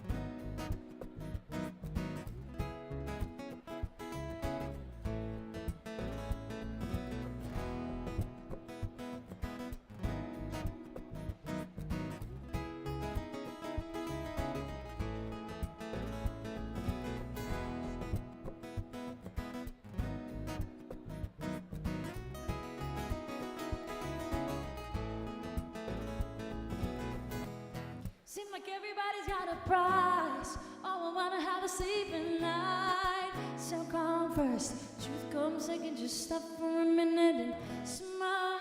Why is everybody so serious? Acting so damn mysterious. Got your shades on your eyes and your heels so high. Can't even have a good time.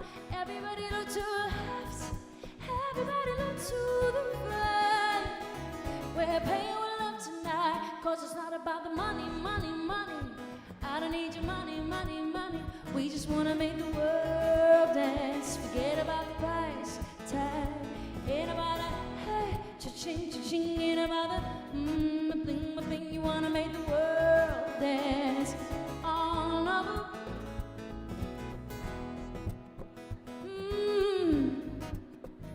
No, no, no, no.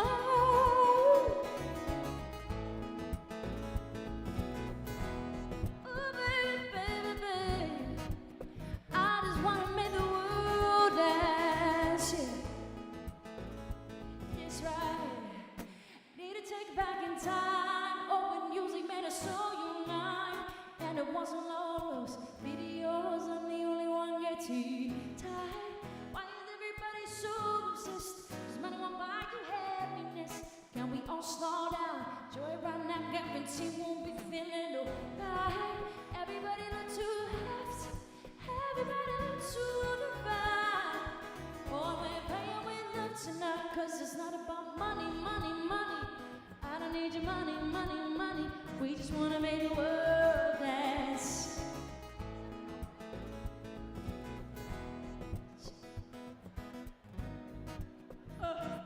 Make the world dance, no, no. 'Cause it's not about the money, money, money. I don't need your money. We just wanna make the world dance. Conquer life, sing about the ooh, bling, bling, you wanna make the world dance.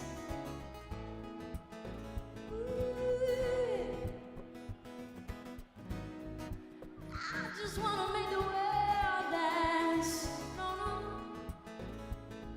Oh, stay.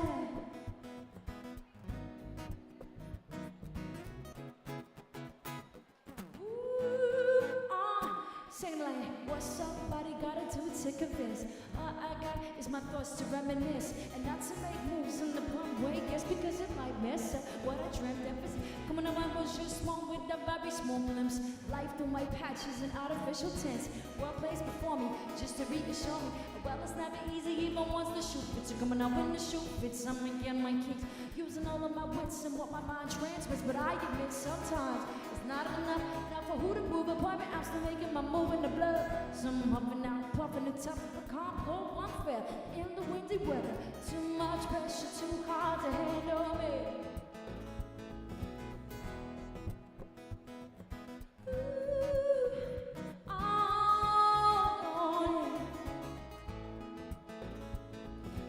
When the shoe fits and I'ma get my kicks of using all of my wits and what my mind transmits, but I admit sometimes and others not enough.